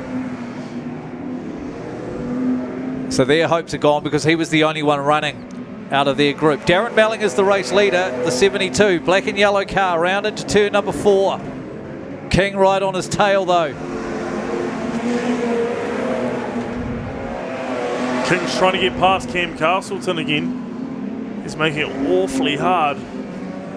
So who's Cam Castleton with? Daniel Curran and Blake Castleton. Here you go. And Daniel Big Curran's dive. in 3rd. There we go. Daniel Curran now in 2nd position.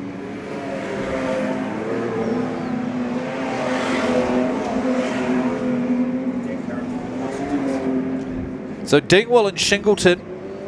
There's Alan King now holding up Darren Malling.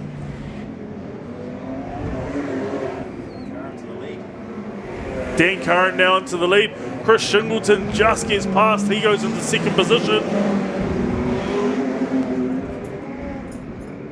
Shingleton now getting held up by the Honda of Bracken. Dingwall looking around the outside into turn 3. And see that? There we go. Malling knew he had to get him. Yeah. So that's let Shane Bracken back through, but remember he's a lap down though, and Malling might not know that, might not realise he's a lap down. So he tried to put the hit in. Bracken and King come together. Dan Curran though, you're still your race leader coming down into turn 1. Shane Bracken now into the 194 of Bailey Cartwright. Dan Curran's now got a shield of Cam Castleton. Chris Shingleton's coming very fast. Can Dan Curran get past the 26B car of Tom McEwen? He gets let by. 2 laps to go for the race leader. Shingleton's now getting held up. Cam Castleton in the back of him. Tom McEwen's after him too. He pushes him wide. So Shingleton gets taken to the wall. Cam Castleton's actually doing a very, very white flag out now for Daniel Curran. He has no one in front of him. Daniel Curran's going to take this with the 2 Castleton brothers, Cam Castleton and Blake Castleton. McEwen can't get around in time. There's a big pile up down there in turn 1 and 2. 4P, Dean Dingwall's caught up down there, the 6G. Lights are red. We've got thumbs down from the 26. Did he get hit down there? I know he was backward, facing backwards. Yeah, and now he's not. He might have taken a pretty big hit there. Was thumbs out and down. But we've got to win. Oh, bonnet off of Shane Bracken too down there on the back straight. This is why I love street stocks, Paul. Pure carnage. I do. I love good fields of street stocks. This is premium speedway in New Zealand.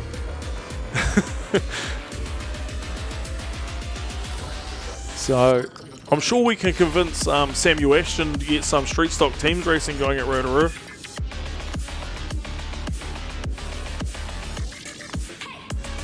So we've got the tractor hooked up. Oh no, we didn't. The tractor driver himself had to hop out and do it. Shane Bracken will drive off. It's obviously got the word in the air. One-way communication between the referees and the drivers nowadays. Dean Dingwell, I think most of them realise it's actually done. The race is finished. Dan Curran's gone under the chicken flag. Well, we've actually... Is Dan Curran still the only one? He's still the only car that's finished, though. Yeah. We do have a second and third, so I suppose, okay, so we do have to carry on. Yeah, Shingleton out on exit of turn 4 and Darren Melling in the middle of turn 3 and 4 down there.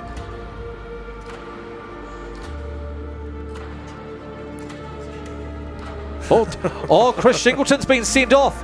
Oh, he's got a flat right rear. One corner to go. Well, Not even a corner. The straight to go. And the thing is, right, he was sitting right out on the wall. Yeah. So I wonder if he knew. He knew. And he would have gone under there if there wasn't the red light. Dean Dingwell's moved. Cody Gooch. In the 6G. Down here in exit of turn 4. Nearly a lap behind. So Dan Curran, Darren Melling. Dean Dingwell's got Mike King. Oh, Mike King's there. Oh, he survived the... Cody Gooch got caught up down here in turn 1 and 2 with a couple of spun cars.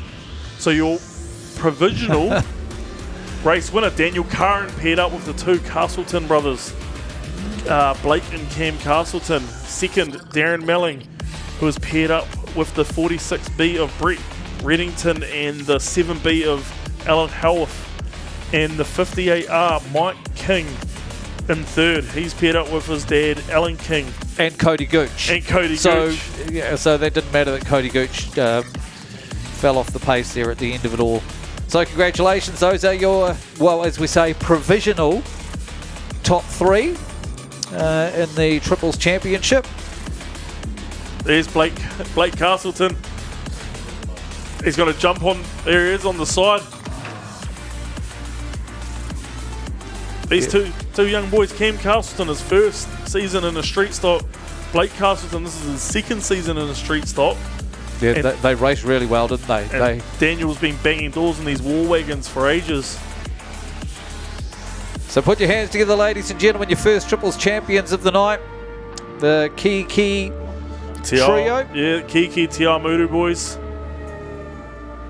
I was talking to Blake downstairs just earlier. He said, I don't have no reverse. I've only got first gear. I'm just going to go out there and do my best. And they did their best. Yeah. So an entertaining race. The Triples. So some big hits going in there. All controlled too. There was nothing malicious. There was all controlled hits, which is quite good. They've all got respect for each other. Just seeing a replay there of those 3 cars that went up the grass and made some massive passes. Richard Bracken, actually, he's got to be the stirrer of that race.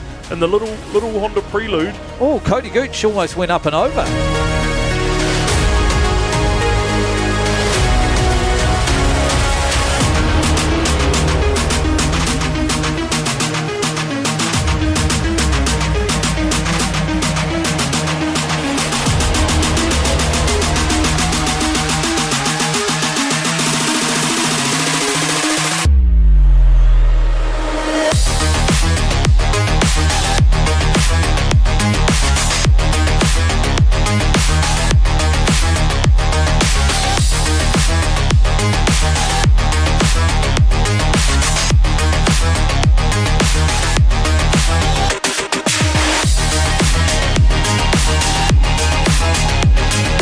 Interestingly enough, you look down at the 5K car of Dion Henderson, he's got the black roof and the black bonnet out instead of the white roof and the white bonnet.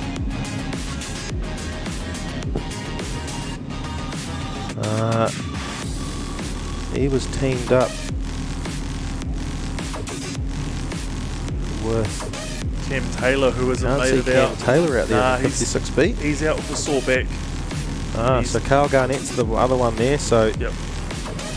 Dion, from experience, I know he's a pretty decent blocker. I've put him into block a couple of times from when I was back with the Kiki Kings.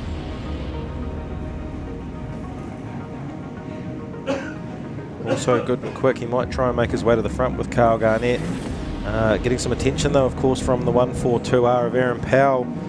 And Aaron Powell has teamed up with a good bunch of guys as well that were very quick, and I think they've won it in the past. Sean Wepper and the 45R, one of the quickest cars around Rotorua. So plenty of quick cars. Of course, Ethan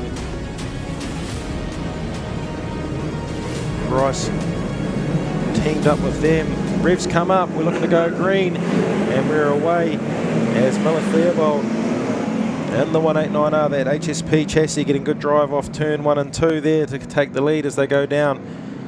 And a whole lot going on further back, so it looks like Dion Henderson was holding the brakes a little bit. Let's put the foot down now and leading that bunch in through 3 and 4.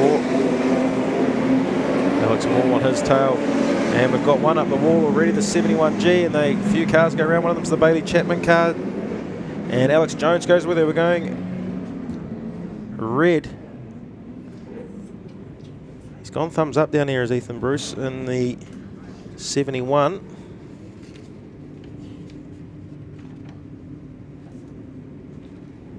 The race leader, though, the 98G of Bryce Simpson from the 189R. Miller Theobald in third position, the 513R of Callum Flavel as we go green. So we take a look further back. Oh, Bryce Simpson into the back of the Alex Jones car.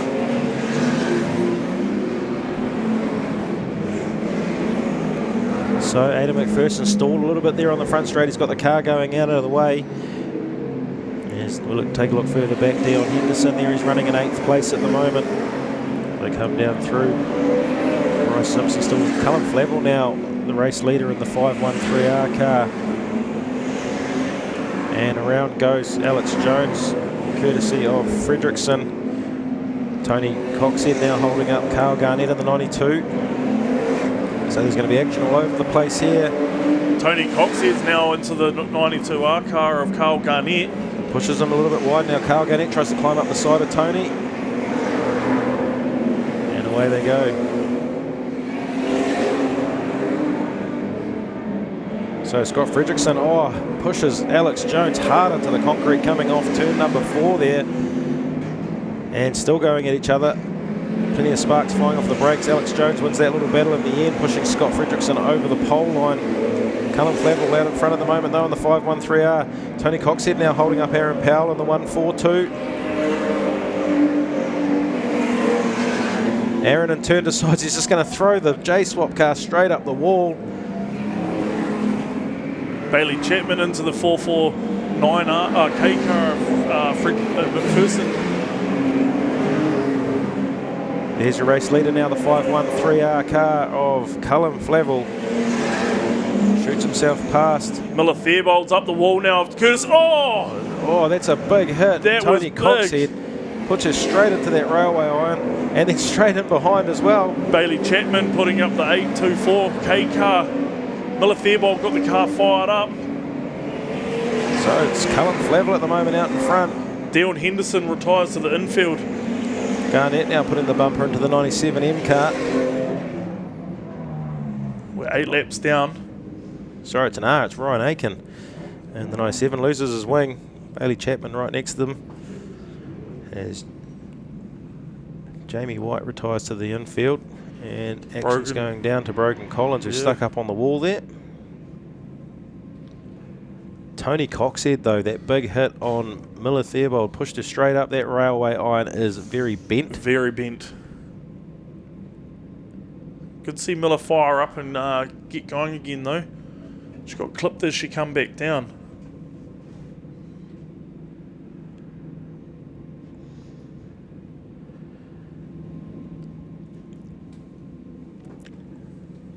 So we take a look at the replay here. Miller Theobald, she runs wide. Tony Coxhead picks her up, runs her straight down. Lots of sparks. I'm sure Graham Hughes will definitely have that one.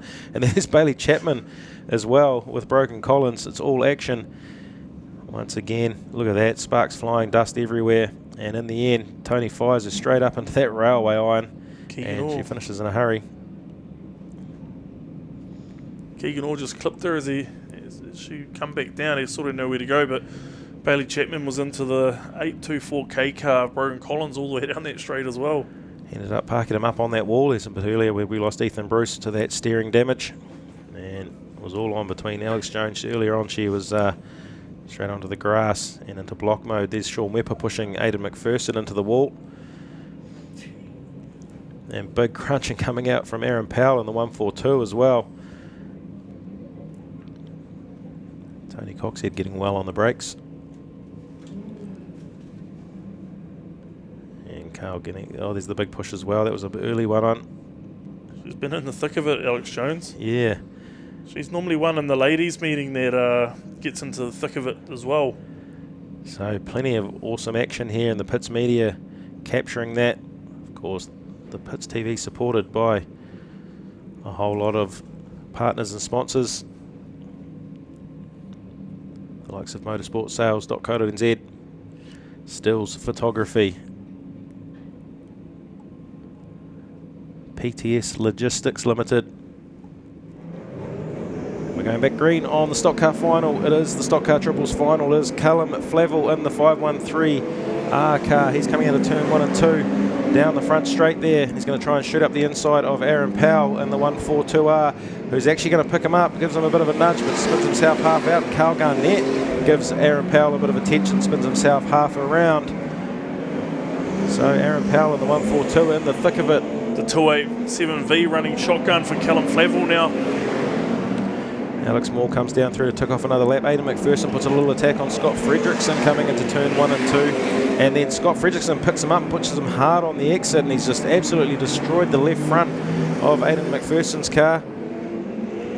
Kendall Reid now getting down onto the pole line. Is she looking to attack someone? A little bit pushy coming out of there. She pushes Alex Jones to the infield. Tony Coxhead now after the Callum Flavel car. So that is your race leader, the 513R. There you go down the front straight at the moment. Keegan Orr ticks off another car. He's in third place now. And we've gone red.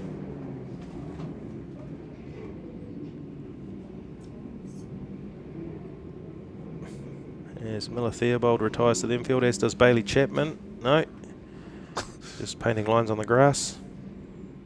Puts himself back into position. And that'll be for the tyre down there on the exit of turn 2.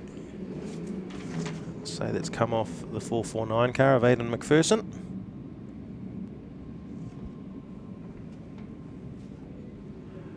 So Callum Flavel still your race leader. Bryce Simpson in second place, and Keegan Orr not far back there. They're sitting down here on the exit. It's Callum Flavel, the third car on your right, closest to the wall, as he shoots down the front straight on the outside of Gemma Holloway. Is Gemma going to do anything here? Tony Coxhead's trying to chase him down. Tony Coxhead puts the bumper into Gemma.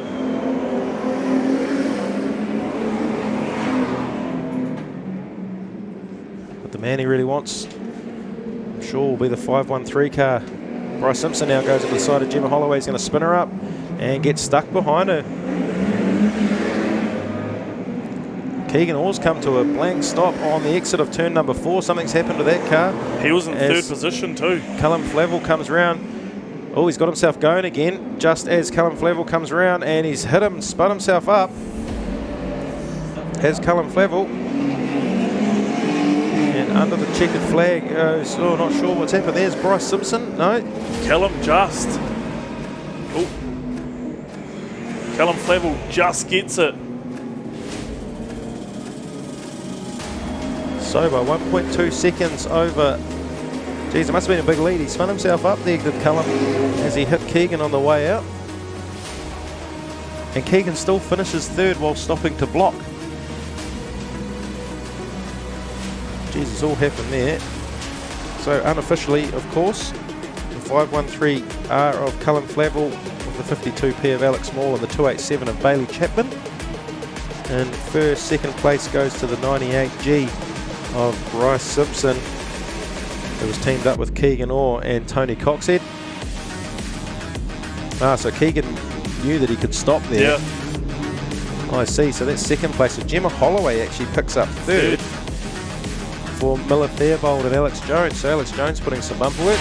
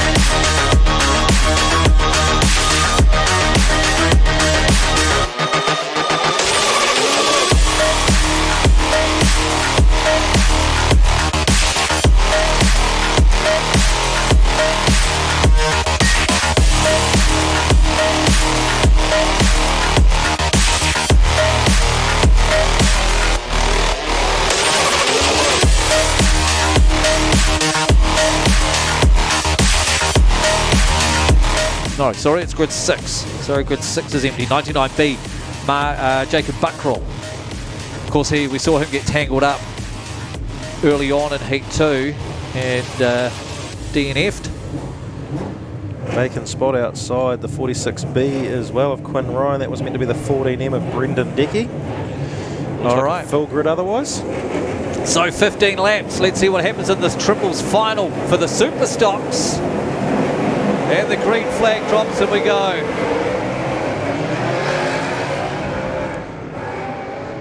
Carl Southall pulls off and here we go. There's Carr straight ahead into turn 1. Sorry, all the turn 2 concrete.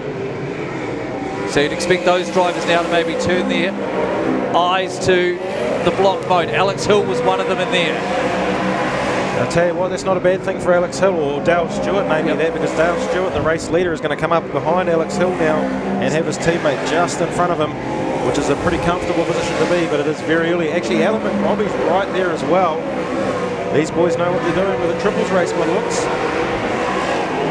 Oh, so here, look at Alex Hill. So he's let. So here we go. There's your triple team coming around here. Race leader being shielded. One teammate in front, one behind. Now he just roars past McRobbie. That is the absolute perfect scenario if you're Dale Stewart, Alan McRobbie and Alex Hill. So Dale Stewart will be feeling nice and comfortable now as we have Elias Dykstra. Looks like he is stranded on the exit of turn number 2 there. All right, lights are out. Here we go. Yeah, Hemingway and Morris. And Lance Ellsworth blocking as well at 77.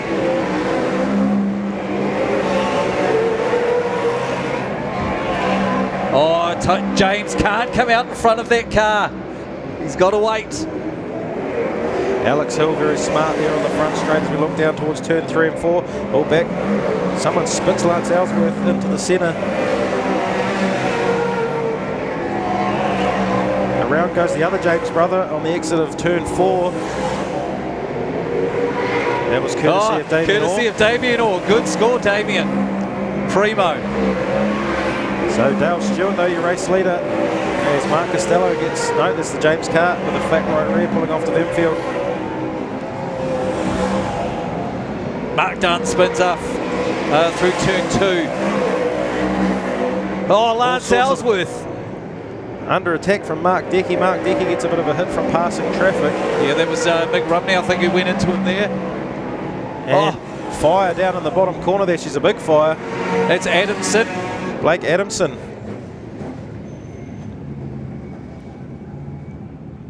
I don't know who, can't quite see who the other car is there. Is it The 66M of Decky.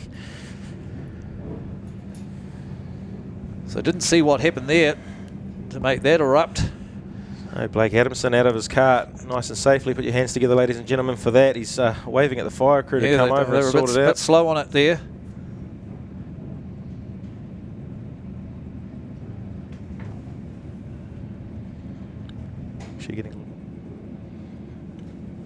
It was a little bit sloppy, actually, to be honest. You got Blake Adamson. He's busy trying to get the bonnet off. And the replay coming.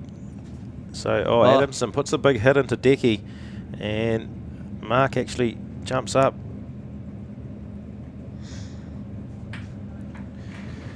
And another angle here. Oh, solid shot into the side, but just the way that bumper sort of goes up into the left side of, the left-hand side up into the right side of Adamson.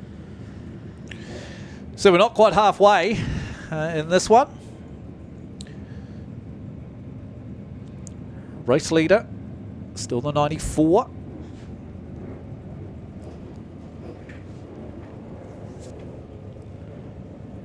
Mark Dickey, been around a long time, done plenty of laps. I've seen him do many around Paradise Valley. There they sit. There's Dale Stewart, your lead car, and towards the back there you can see the black and gold of Towler in second, but both his teammates right there, along with Robbie Morris, trying to block potentially for Mick Rumney and Mark Costello further back, just around the corner. So what's going to unfold here? Good start for the race leader. Not too far ahead of Dale actually is Alex Hill as well. If Alex manages to pick up Dale in the mirror, McRobbie takes Towler to the infield now. So that's Mark Costello now in 198 up into second place.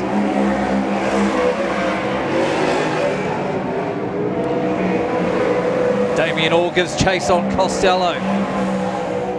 Nips up the inside of Lance Ellsworth, does Mark Costello. Then he gets taken to the grass. Quinn Ryan now will move up into second place.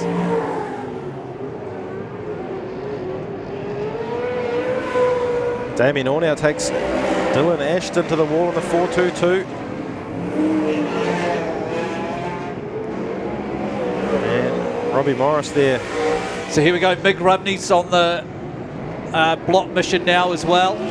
Quinn Ryan looks around the outside of Clark.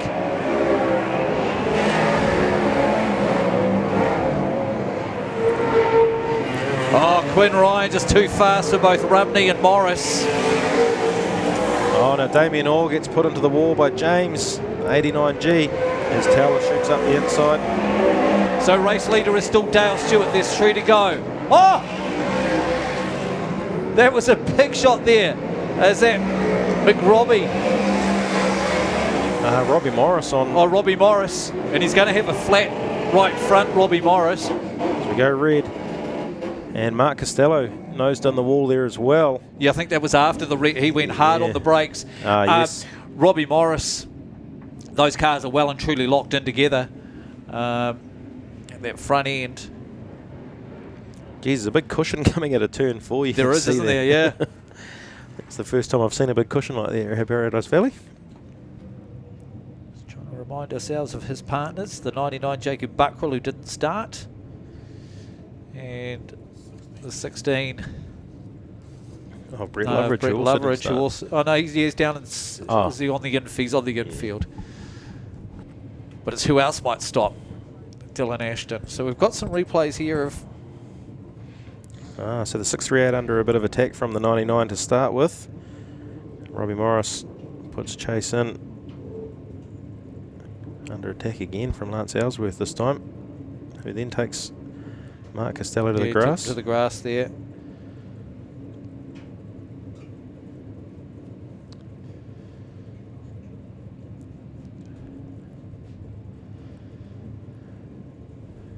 So quite a bit going on in this one too. The triples finale. The Superstocks tonight. So Mark Costello. Oh, Costello's got issues too. After all that. So it wasn't long after that. Oh, so Todd was actually quite wounded. It was almost probably he was stuck on that cushion with no drive. Yep. And Robbie saw the opportunity to take out his left front. And wow, look at the jeez. Yeah, look at that. So I don't know. I don't know whether he'll move from there. You know, when they go green and he tries to floor it, I don't think he's going to go anywhere in a hurry. Race leader Dale Stewart there on screen now. The 94R. He's just got just over lap and a half to go. And a bit of open track in front of him. Will Dylan Ashton do something?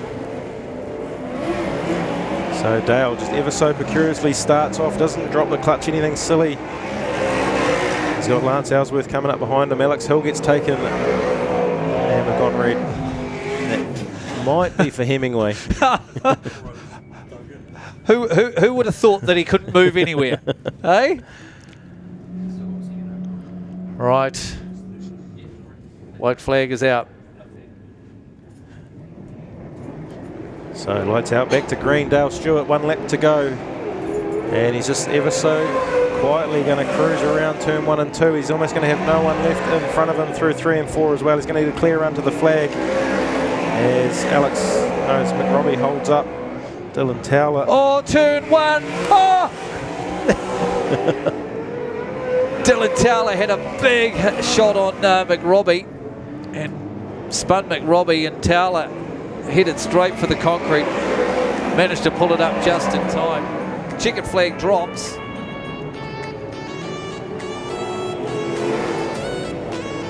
Thumbs up out the window from Alex Hill. Don't know whether you're supposed to do that either.